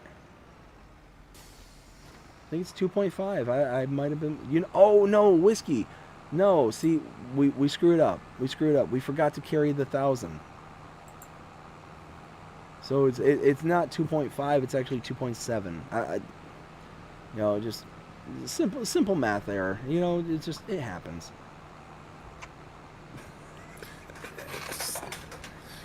Okay, I'm pretty sure that I just took a screenshot of that. I hope so. Now, let me give a quick shout out to Jonah, because the other day I went into Driver 53 stream, and during the middle of the stream, he ended up giving like a shout out to like Jasper the Farmyard Ghost and whatnot, and like the lore of Jasper and Klaus are spreading to other people. What? Oh, there's a sign in the middle of the field. But the lore of Jasper, the lore of the channel here is spreading out to other content creators, and I could tell that Driver had no idea what was going on. It was genuinely, I was laughing so hard when that all happened. Because he's sitting there talking about Klaus and like mentioning like all this like inside baseball kind of talk or inside YouTube talk. That Driver's like, what is Jasper the Farmyard? What is Klaus the Farmyard? Like, what is going on? He was genuinely confused, and at one point I'm sitting there just laughing, and I'm like, you know what? I kind of feel bad. But you know what? But what was happening is, I don't know if you caught his stream yesterday there, Will, but who's Driver 53? No, I don't really watch Driver 53. He was doing a challenge for I guess it's like a speed test run or something. But I guess the challenge was you're supposed to take on field 2 there on Riverbend Springs, and using base game harvesters, you go around and see if you can, how fast you can harvest field 2 with whatever crop it is that you put in there. So he put in corn, and he got that done in 7 minutes and I think 29 seconds, give or take. But for the longest time, he kept messing up. He would try to set the cruise control, and instead of hitting the cruise control, he would hit the worker button. So, yeah. So he'd get there, and all of a sudden he hit the worker button, and the worker would stop and take a few seconds, and he's like, no, and then it would just completely ruin the run at that point. So that's when Jasper was like, oh, well, Klaus must be on his farm. Must be. And I was just rolling. I was just absolutely rolling. But he had no idea, so it was just like, okay. And I almost said it's an inside joke. Don't worry about it, there, Driver. And I was like, nah, you know what? I'll let that one go.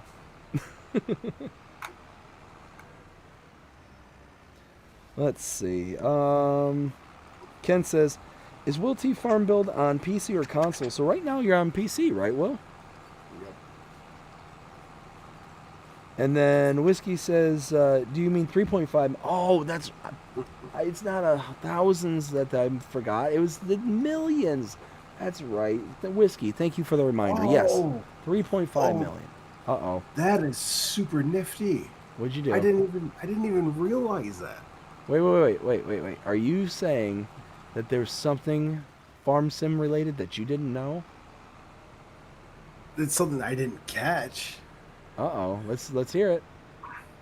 So when you place down a manure heap, like an FS22, like you have to place it like right near a building, right? That you're getting cows from or whatever. Certainly. So I placed mine a little bit further away, so it's not like directly right next to it. But when you walk up to manure heap, it actually says manure heap manure, and then the amount. But then it says connected to, and it says what building it's connected to. Wait, really? Yeah. Oh, I need to check that, because for those who are keeping up with the Let's Play series, there on Riverbend Springs, if you're not, or if you haven't caught the latest episode, warning, spoilers, warning, plug your ears for 2 seconds. Okay? Alright. We installed pigs and cows. Like a new cow barn and a pig barn there on the farm. So it's possible it popped up and I just didn't even realize it. Like I wasn't paying that much attention kind of thing. So yeah, I want to see that. Like it's got me really curious now. Yeah, I just took a picture. I'm gonna send it to you. Oh, nice. Yeah, no, I didn't even notice that. No, because I mean that if that like just tells you exactly what is connected to it, then that just means that you can kind of keep tabs on it a little bit better. Like I like that. That's a really cool idea. Oh yeah, 100%. Let's see. So what do we have going on here in Contract World? Wood transport and deadwood. I don't feel like doing deadwood right now. I just don't. Wood transport, I could do wood transport, but I might just skip to the next day. There's really nothing in the ways of contracts right now. That's really weird. Huh. Nah, it is what it is. Skip ahead to the next day and figure out what to get from there, because whoa, what was that? Oh, this it's the sign. I'm sitting here driving. All right, I got the worker going right now, and all of a sudden the whole tractor just like it just kind of jumps. It's like, what just happened there? And I must have knocked over a sign, and it's like right in the middle of the field. So, needless to say, it is what it is. Let's see. So, again, I want to give another shout out to the upcoming new series here for the channel. Go ahead and check out the very first one. It's going to be on Saturday at 1:30 p.m. Eastern Standard Time. We're going to be doing a new show called the BDD's Farm Sim Talk. I want to be able to go ahead and reach out to creators and, be able to do interviews with them to kind of figure out what motivates them, what brought them into the space, and just do a much deeper dive both in the World of Farming Simulator and in the almost personal lives as well. Not like too deep into personal lives, because a lot of people are not going to be interested in sharing too much of that personal information, but I mean kind of high level to give people kind of a what makes these people tick kind of thing, and to make them more quote unquote accessible to us in the audience there, because there might be a map maker that you want to be able to say, hey, why did you do X, Y, or Z for this particular map? So you'd be able to ask that. You'd be able to come out, check out the stream, and be able to be able to ask your questions and whatnot. You can also submit questions to any of my social medias. I'll be able to go ahead and relay those questions out. If you're not able to make the stream itself, I will be able to at least ask and hopefully have the answer to your question and be able to rewatch it on the replays and whatnot. So go ahead and check it out. Like I said, 1:30 p.m. Eastern Standard Time. Gonna be having Farmer Sim for Saturday's stream. Let's see. Let's go ahead and collect that. Yeah, nothing. Wow, nothing for... All right, well, I guess let's go back to the farm. We're in May. That is so weird. Wonder if maybe I fast forward a bit, I'll get some contracts. All right. Will, tell me what your opinion is of this. I absolutely hate it. I absolutely 100% hate this. Have you noticed that in order to fast forward in time, you can only go in one direction now? Yes. I hate that. What do you think? I mean, I wouldn't necessarily say that I hate it, but it definitely wouldn't. It definitely would not have been like my first thing to ever change. If that makes any sense. Oh, for sure. So the reason that I'm using such a strong word like hate is because when creating content and whatnot, like I do, oh wow, it's really coming down. Wow, that's a lot of rain. Anyways, when creating content, there's very often times where you have to sit there and oh goodness, how was I going to say this? Wow, that just literally just jumped out of my brain. Wow, what was I saying? What was I just saying? what, like seriously, it just literally just left. Like holy cow, I'm actually kind of worried about that one. What was I just talking about? Like the what was it that I was saying I didn't like? Oh, that's it. Okay, only skipping in one direction. Okay. Whew. Okay, I'm with it again. So the reason that I don't like it so much is because number one, when you're sitting here and like doing the work like I do, when you're creating content and all that, and you won't need to be able to skip ahead in time, you need to be able to raise and lower this before, or raise and lower this as needed. And oftentimes I go up to the 360 to fast forward a little bit in time and then put it back down to real time. Well, the problem is, like before, you could go to the left and go from 0.5 to then 360 speed, and then back again from 360 to 0.5 and then to 1. You know, it was like two button presses instead of the 12 that we have to do now. And the problem is that because there's so many different button presses, in order to do that, you have to basically try and predict and catch early the time that you're looking to fast forward to. So if you're looking to, let's say, fast forward to 11 o'clock, well, you need to go into the menu and start unfast forwarding like 15 minutes before your target, and then hope that you are at least within the quote-unquote margin of error that you're like setting up for yourself, kind of thing. So it makes it very inconvenient for my purposes personally. Now I know you can go ahead and skip time on the from the house and all that stuff, but it's just one of those that I got into the habit of just fast forwarding time because of FS22, and I haven't really tested this out to see if it's as bad as it was for 22, but I would skip ahead in fast forwarding because it just seemed like the contracts were easy. It just seemed like the contracts were more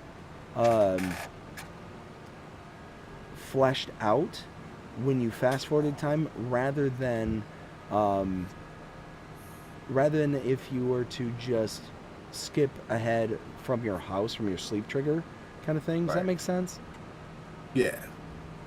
So, like, if I were to fast forward in time, the contracts would pop up and they would be there for me to take. But if I skipped ahead in time, the contracts just wouldn't appear in 22. Now, I know that they greatly reduce in 25. I have certainly come to know that. But what I don't know is if they, well, they reduce, but what I've seen up until this point is that they eventually come back. Oops, that's not where I meant to turn. That's not where I meant to go. You know what? Cross country. Let's go. There we go. Close enough. Close enough. I'm going through somebody's field. There we go.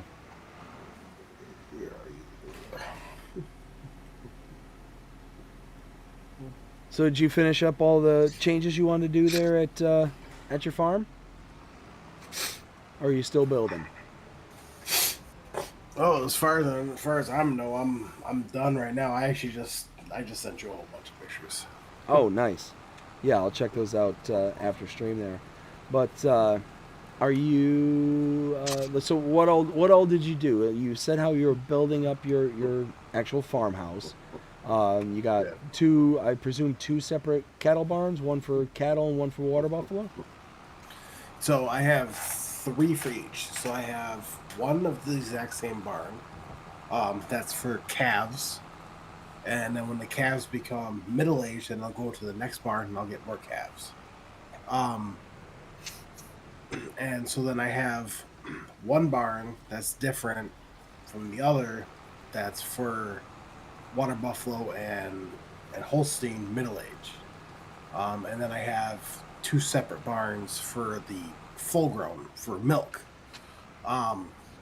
So basically, and I've been doing this on my Xbox, like my own personal playtime. I've been trying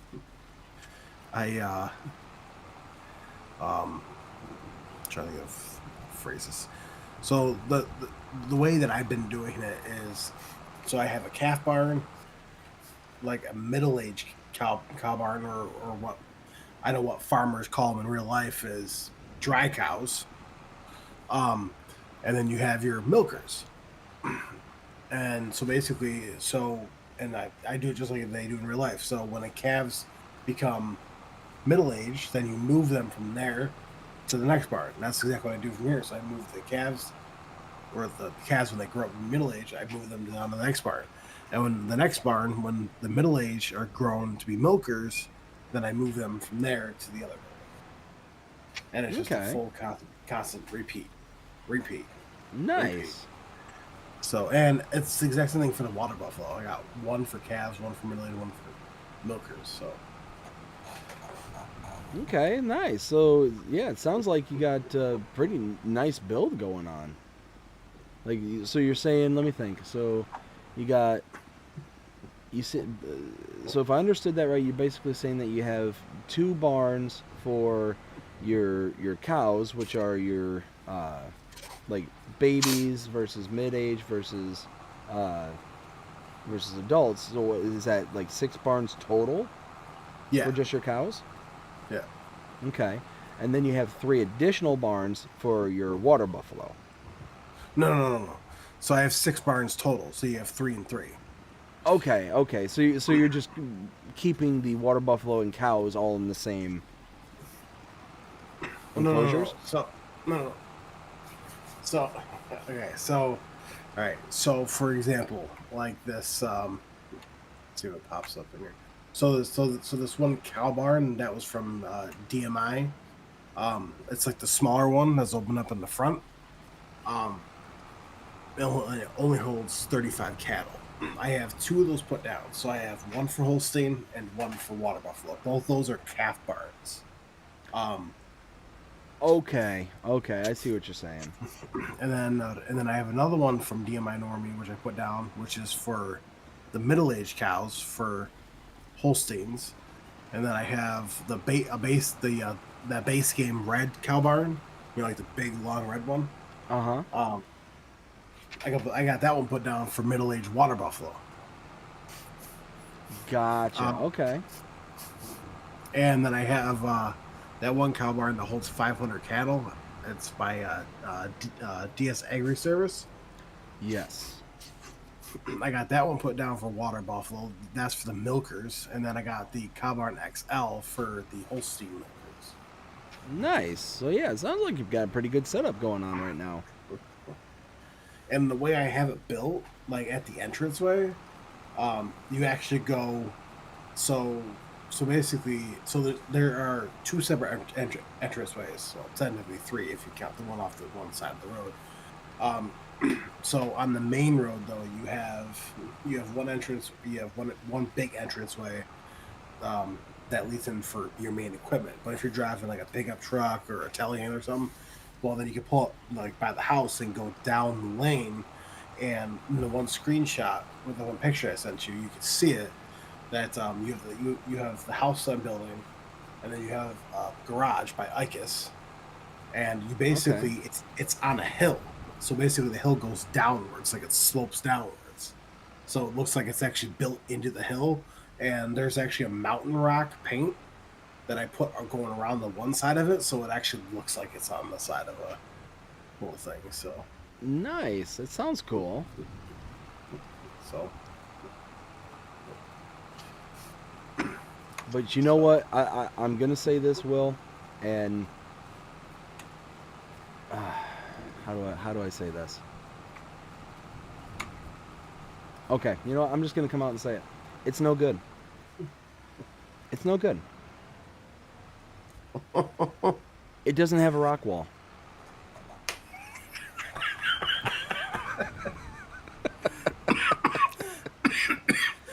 Well, I don't have any stones yet, do I? You know what? Excuses. I don't have any rocks yet, man. Well, get to making them. Me? Yeah, no. I mean, if you got to, go out to the apartment. Go. I'm sure that there's somewhere in the apartment complex where you can go dig into the ground, and then you can just pull it up and go bring it back to your office, be able to sit there and render it, and then go from there. I mean, you just got to blow it up in scale, and then you're good to go.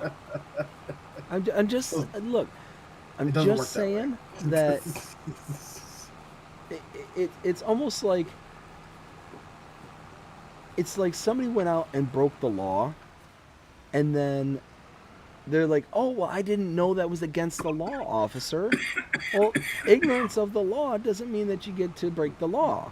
Well, in this case, not having the object doesn't negate you from having to need the object. So, get to work. Literally ever since I built that rock wall, I have never heard the end of it from anybody. It's like, dude, you can't go back to pay for them after seeing this. You can't. Dude, seriously, you can't. That's what I'm saying is it's like what you just described. It sounds nice. Hey, 6 cow barns and hundreds of cattle and hundreds of buffalo and all that stuff. It sounds amazing. Sounds good, but it's not. It's just not. It doesn't have rock wall. It doesn't have rock wall. Unga bunga rock wall. Oh my gosh, man. Just saying. All right, let's catch up with the chat here. We got, where was I? Okay, Ken said, Sunday, my time, LOL. Yes, because you live in the future. So Saturday for everybody else, Sunday for you. So it will be, actually, what time would that be in your area there, Ken? Out of curiosity, because if it's 1:30 p.m. Eastern, I think you're what was it, 13 hours ahead, I think? Is it anyways, yeah. So, out of curiosity, I'm just curious what time that'll be for you. Whiskey Creek says 10:30 my time. That is correct. Whiskey also says, Will, you're up to 3.5 million cows, 10,000 horses, 4 million sheep, 12,000 chickens, 1 million goats, and 4,000 water buffalo. Get to work. Wow. That was like the most unimpressed wow I think I've ever heard in my entire life. Just wow. It was almost like it was just like 2 steps below the wow. Wow. Yo, I don't know what it is. Dude.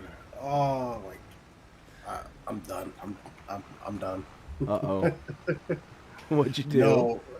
No, it's a good I'm done. I'm too good at building farms and stuff. Oh, now that's a pretty verbose boast there, sir. So let's hear it. So that one manure silo thing, right? From MA7 Studios, right? Well, with like the conveyor, right? Okay. It was like one of the very first mods that came out. Yep. So I have attached to the big cow barn, from DSA Agri Service, and I put it on the back. I put it like right up against the wall to like the point that it looks like it's supposed to be there. Okay. And I just want to make sure. So I just want to make sure that nothing was bad was going on the inside of it, because I had to free place it. I go inside, and that metal, like the metal grate thing, it's like on the floor. I'm gonna take a picture of it, but it literally is like built into the ground, like it's supposed to be there. Nice. Like you wouldn't even like notice the difference. I'm excited to see it. Like it literally looks like it came. But with no the rock building. wall. Oh my goodness. No rock wall. I don't have any rocks. Excuses everywhere, but not a drop to drink. Hey, BDD, you know what? If that mob was out already, and if I had those, then yeah, I would have used those. But I don't. I'll see. I can appreciate what you're telling me, but you've got a PC, you've got Giants Editor. How hard could it be to make a rock? I couldn't make it, but I'm just saying, how hard could it be? I couldn't make it, but yeah. BDD, I think you just answered your own question there, man. Oh, did I? Yeah, man. Well, if it's not that hard to make, come on, man. Well, in all fairness, in all fairness, I've said on many occasions that if I were to make something, it would turn out terrible. Now, the reason that is that if I were to try and draw a rock, somehow, some way, it would turn out looking like, let's see, it'd probably end up looking something along the lines of the Mona Lisa if it was set on fire. Oh, that's not true. That's very true. Trust me, like, I would be lucky if I were to attempt to draw a rock right here, right now. I would be lucky if it was even rounded. Like, if it was just even recognizable as a shape, let alone a rock. Like, I was the child whose, when I would inevitably make something for my parents, I would display it to them and be like, "Hey, mommy, daddy, here's a picture. I made it for you." And I know, because my parents, they were good parents growing up. I know that they hung them up on their fridge. Yes, was to help build my confidence, but I know for certain that they were like, "Oh my goodness, what is this monstrosity that bestows our fridge? Why is this a thing?" No. No, they didn't do that. They didn't say anything. No, my parents were good. They, I'm sure they were thinking it. No. No, they were not thinking it either, man. No, in all seriousness, my parents were great, and I'm sure that they were just happy to, be given something from their son. Right? Oh, man. But no, it's one of those. Like I said, you know what? If we zoom in here on the tractor and the person inside the tractor, if I were to make something like this, one would be a side profile. It would always be a side profile, and all it would be a giant wheel in the back, like a circle in the back, another circle in the front that's a little bit smaller, and then just kind of swoops for the tractor, just like a little swoop for the front, a swoop for the rear, and then a cap. Like that's all it would be. It's just this kind of simple side profile. And then the person inside would just be a stick figure, so it would just be a circle with, kind of a straight stick down, a straight stick out, and a straight stick down again. And then maybe like two stick hands, like reaching for like something in the ether that didn't exist because I couldn't draw. Well, I could draw like a stick coming out and a line coming across, like horizontal, like diagonally almost. I could do that. I could get the stick figure version of this Puma here. I could not, in a million years, do even that rock face behind me. And all that is just like different squiggles. Like it's just like nope. I couldn't do the squiggles. I would somehow, some way, be squiggling about, and then it would just light on fire. He's like, no way on earth. I would be the only person who is able to come up with self-combusting paper. Self-combusting paper. It would be a revolutionary new invention of self-combustion paper, and it would be because the image on it was so horrendous that even it couldn't go on.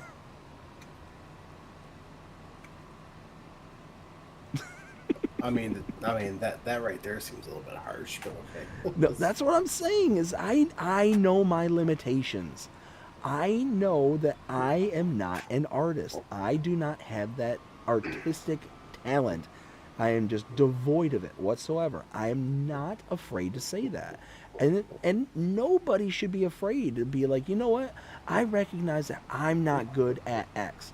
So it's not like I should try and be making a career in being an artist. I shouldn't be going out and trying to, try to paint the Mona Lisa. I would fail every single time, and I would be broke, and I'd be penniless. I'd be out on the streets. I know this with certainty. There's no doubt in my mind. And there's nothing wrong with that. I recognize that I'm terrible at being able to create art. But I'm good at other things. And because I know that I'm good at other things, that's where I make my living, is doing the other things that I'm good at. And everybody's capable of doing something good. It's oftentimes the unwillingness to address the things that they should know that are bad. Right. And if people, like I was saying earlier with Taco, in the distinction between like the UK version and the American version of Hell's Kitchen, Yeah. If I was, or not if I, but if people were more willing to understand their weaknesses and be able to try and address those weaknesses, they would be so much better off because they'd be able to then deviate from those weaknesses that they are very apparently, showing, and be able to then focus on their strengths, whatever the strengths may be. Yeah, I can see that. Let's see. Ken says, someone just rang the police on BDD for the traffic infractions, running red lights through the town, LOL. Ken, I really think that running a few traffic lights is the least of my worries. Just traffic lights. I ran all the traffic lights. Uh-oh. All of the traffic lights. 911. In the game, don't local PD, don't you dare show up with tickets in hand. It is in game, not in real life. I am a good boy behind the wheel in real life. I obey the traffic laws. I drive the speed limits. I'm a good boy. Yo, it'd be funny if you're just sleeping on, but you just get like a knock at your door and they go over to go answer, and it's the police. They're like, yeah, so someone called and said that you ran a bunch of red lights. I tell you what, man, that's actually one of the things that made me extremely hesitant about starting YouTube, just in general, was the worry of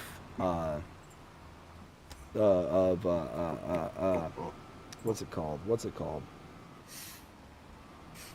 People like swatting you? There you go, swatting. Thank you.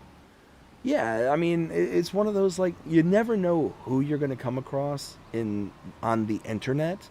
You don't know who you're going to upset, kind of thing. And, I'm a household where I have dogs, I have, all sorts of stuff here.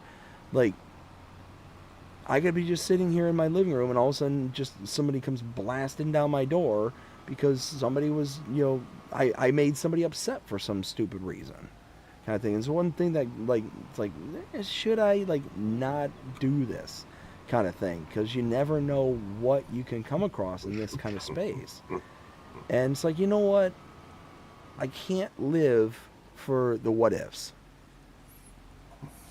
I've got to live for, like, the things that I want to drive towards and be passionate about.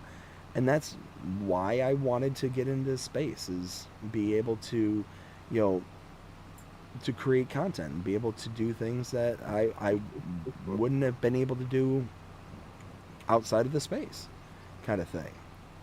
Right. And like I said before, I was hugely inspired by, like, Mr. Sealy P and Farmer Cop, DJ Goham. All of them, like, really kind of,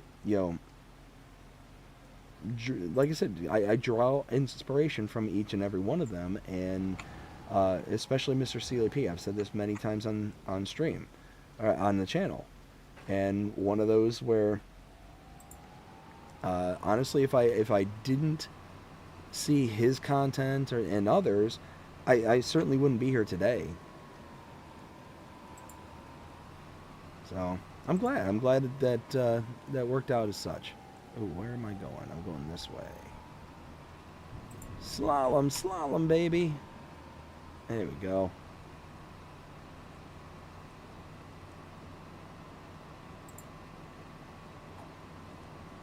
So now we're gonna do this field right here. Oof. There's more rocks hiding in the bushes. Ninja rocks. Alright. Oh, man. So we got Whiskey Creek says, there you go, Will T Gaming. And an LOL, and excuses are for losers. Wow. Dang. Shots fired. Who said that? That was Whiskey. Luke, where you never have problems. Whiskey says LOL, and also says it's just not big enough. That, you know what? Oh, No lies detected. you know, I have one thing to say to Luke, and it's actually something pretty funny. Uh-oh. Luke, you want to say excuses are for losers? Okay, how about we have a farm build off? Oh, oh, now that could be pretty cool. I'm gonna tell you right now. I'm just gonna apologize for saying this right now, but you're going down. Oh man, I tell you what, that would actually be kind of fun to do like a competition amongst like all sorts of different people of like submit your builds for um for a farm, and then just like kind of like a friendly competition. I think that kind of be cool. Have like judges and stuff to be able to go through and be like, hey, this is Will T Gaming, this is Luke's farm, this is that. Like all these different people that are out there, and be able to actually like just kind of go through in like a competition. I think that'd be kind of cool. I just said something about that. Let's see. Ken says, "What's Excuse me. let's see. Time you streaming on Saturday? So time I'm streaming on Saturday is 1:30 p.m. Eastern Standard Time." Whiskey then says, "Plus you had no competition to get better at being the only sibling." LOL. Well, I mean, I don't know how much even competition can do when it comes to like art. Like, I don't. Is art really something that can be competitive?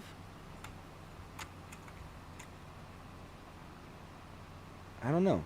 Just.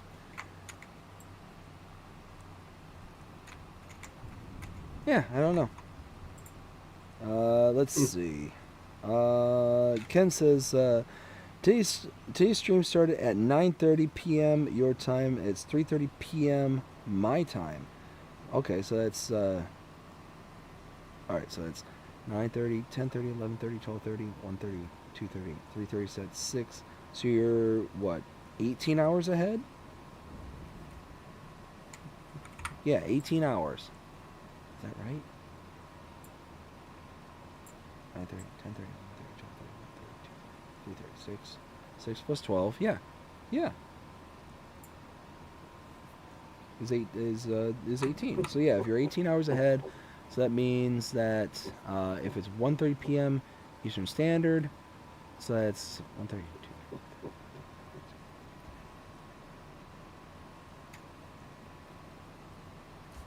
Okay, some screenshots. All right. Is that 7:30? Is that 7:30 p.m.? It's getting late. I'm getting tired. I'll blame that. So Ken says it's now 7:04 p.m. here. Okay, so yeah, it sounds about right. About 18 hours. Whiskey says on console only. In other words, no PC. All right, so he's telling you that there, Will. He's saying only on consoles and no PCs. Hey, you know what? I have no problem with that. I'll still destroy you.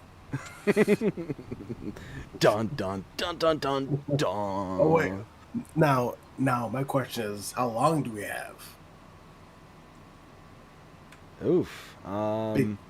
Because I know some people are like, oh, okay, well, so there's a farm building contest, but you only have like an hour to do it. You only have 30 minutes to do it. I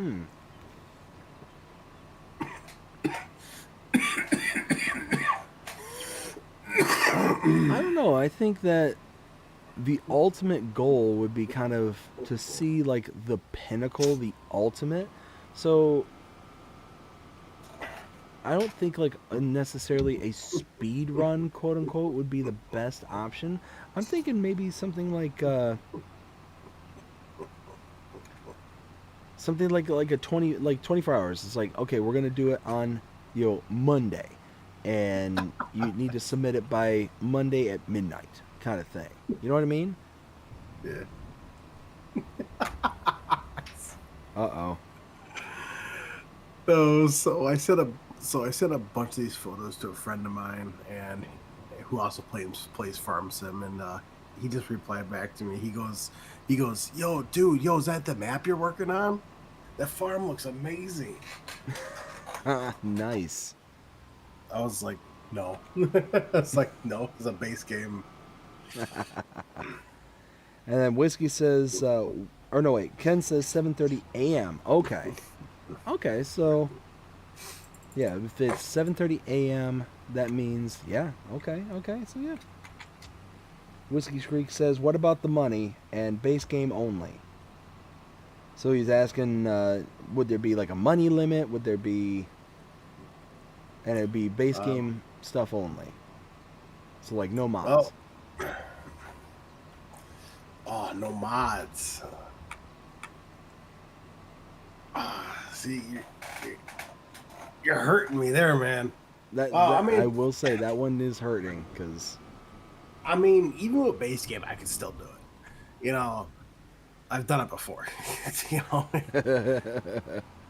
And for money, no, there is no limit on money. As much as you need to be able to build. Okay. I can now that base game. I mean, yes, I can do it, but that's not gonna fly with me. We have to have mods. I don't know. I kind of lean towards Whiskey on that one. And that it's exactly like I said before, though. I can still do it with just base game stuff. Yeah, like I said, I could see like two separate competitions, like one where there's some kind of rules and structures and kind of things that are put in place, and then another version of the same competition where it's like all bets are off, like all mods are available, all money limits, like no money limit, like the whole night, like all the rails are taken out. So it's like one that's a little more structured and one that's like just completely go bonkers. Yeah, I can see that. Now, see, if you were to do the one that was like separated out like that, I would say that the first one where there's kind of guardrails put up, that one I'd be like, okay, if we're doing this, then you have a day. You have like 24 hours. But if you're going to do the one that's like completely bonkers, like completely nuts, I'd say maybe 12 hours. Like cut the time in half kind of thing. Because if you're given like all the time in the world to be able to like tweak and like alter and all this stuff, well then it's going to be an absolute like chaos fest at that point. Like nobody's ever going to submit what it is they've built because they're always going to ever be expanding on it. Especially because there's no money limit. There's no guardrail to kind of keep it within like the realm of what's the word I'm looking for?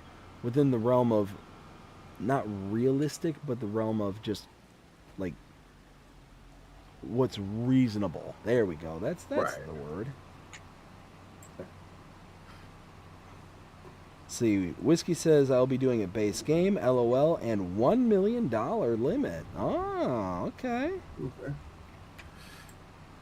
Yeah, like I said, it's one of those where I could see one version where there's kind of rules and restrictions and another version where it's just kind of the sky's the limit at that point. Right. So man, I could do either or, so. Nice. Yo. Hey, Luke. Hey, if you're still watching this, man, you just gave me the perfect idea. I think the tier 3 members of DDD, I think all of us should make farms and then have one person vote on them. I'll tell you what. all the tier 3s, all the tier 3s make farms. You know, I'd even open up to anybody. I'd open up to anybody, and I'll judge them. Oh, you'll judge them. Okay. Man, I'm down with it. Yeah, see, Whiskey just said we should have the whole crew do it. Yeah, absolutely. I'd totally do that. Now, this is my question right here. Now, is it for FS25 or FS22? Oh, definitely 25. Definitely 25.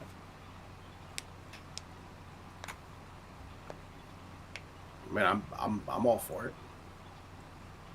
I mean, that's my 2 cents. And I'd be open to hear as to why, going back to 22, but I mean, really the only advantage that 22 would have is the different maps and mods kind of thing. But if we're talking base game stuff, then it really wouldn't necessarily matter. Right.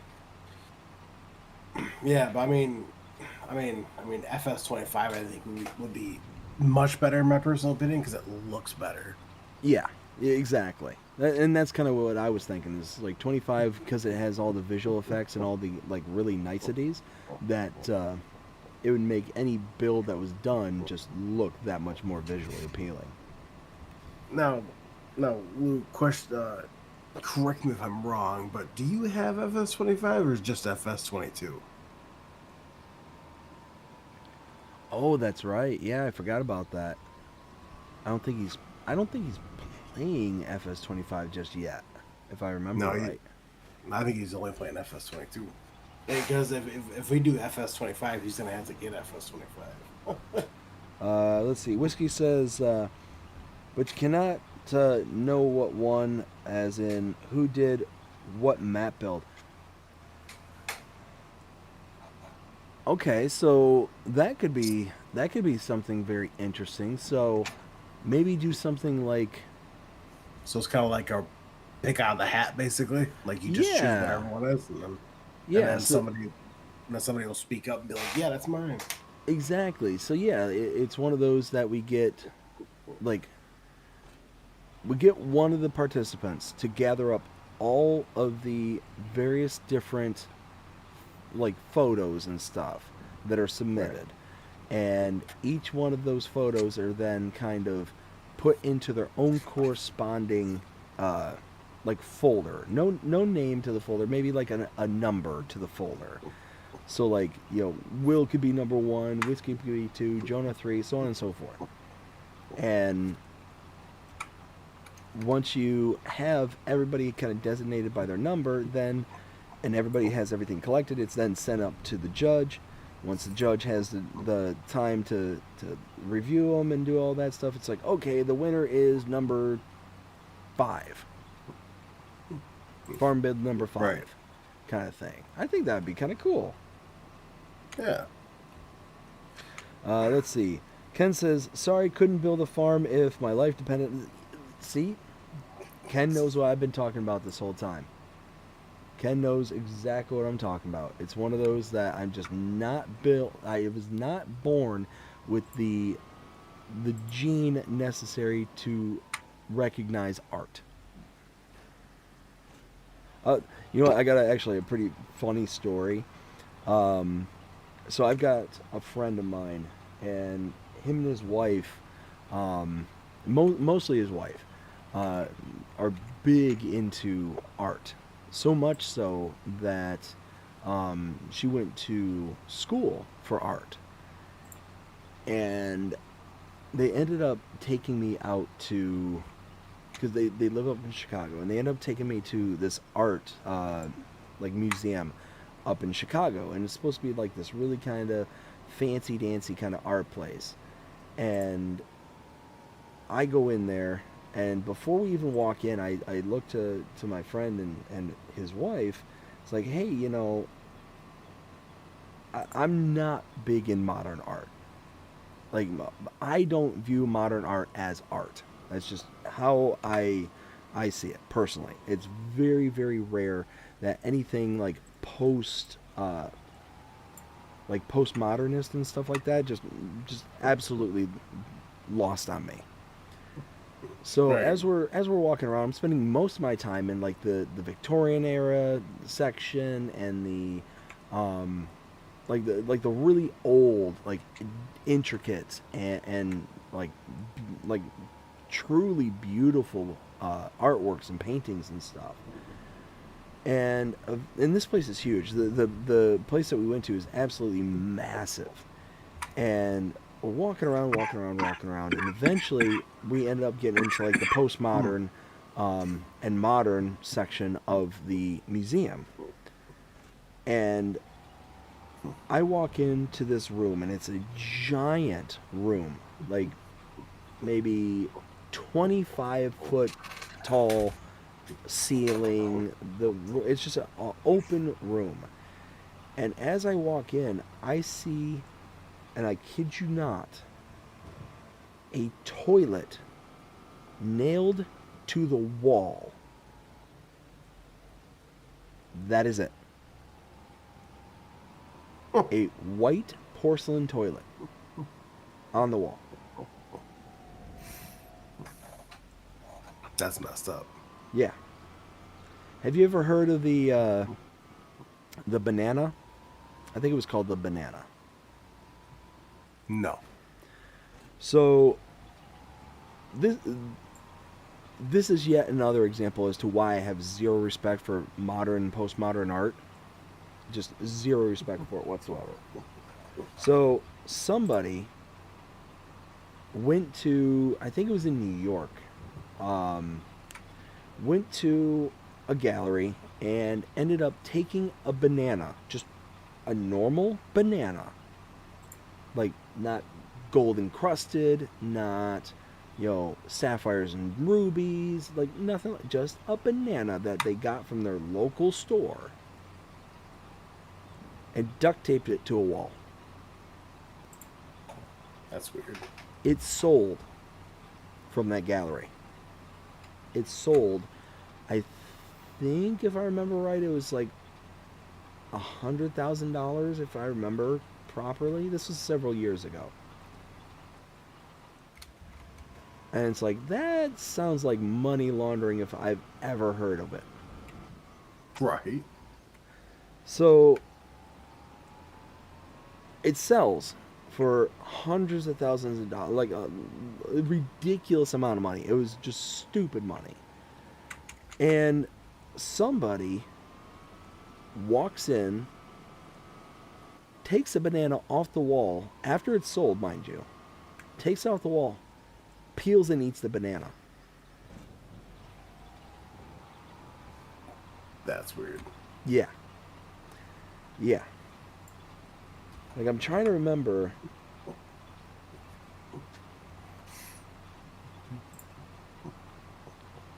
Like, you can, oh, okay, yes.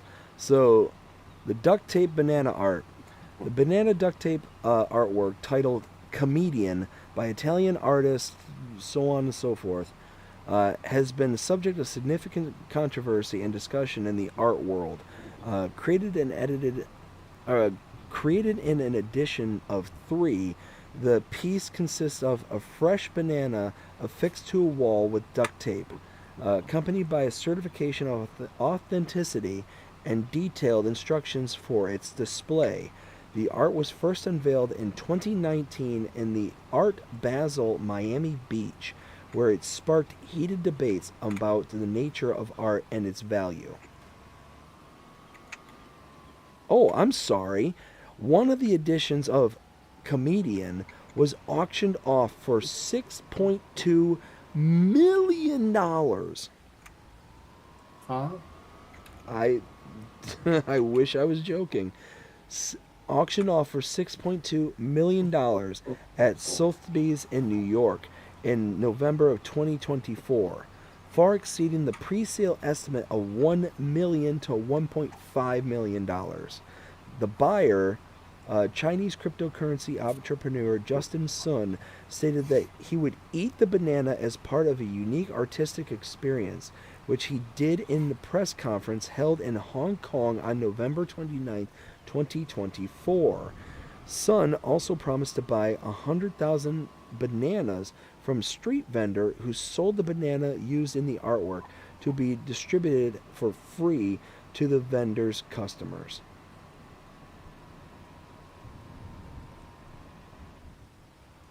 There you go. That is that is the art world as it exists. And hence the reason why I have zero respect for modern and postmodern. Yo, I didn't even see your message on Discord until like right now. Who, me? Yeah. Oh, regarding if I want to join your game or not. Gotcha. Yeah. It's all good. It's all good.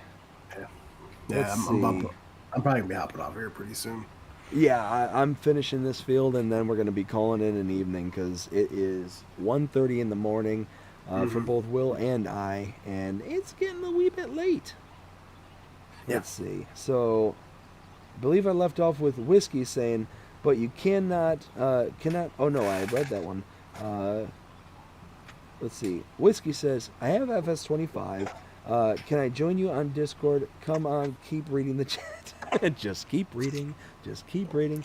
I'll be honest with you, Whiskey. I'm literally about to just finish up the stream here. I'm just waiting for the worker to finish this small portion of the field, and then we're going to be calling it an evening. But definitely we'll have you on here coming up real soon. So let's see.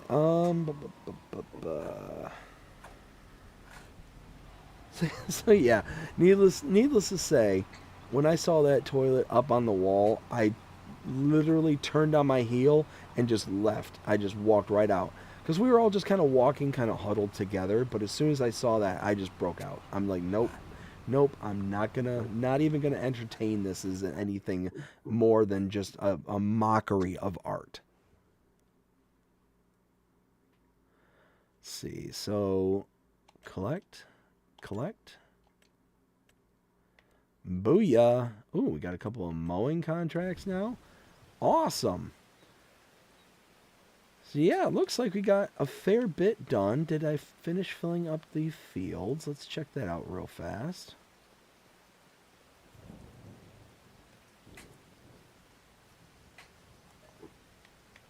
Oh yeah, water level 66%. That's awesome.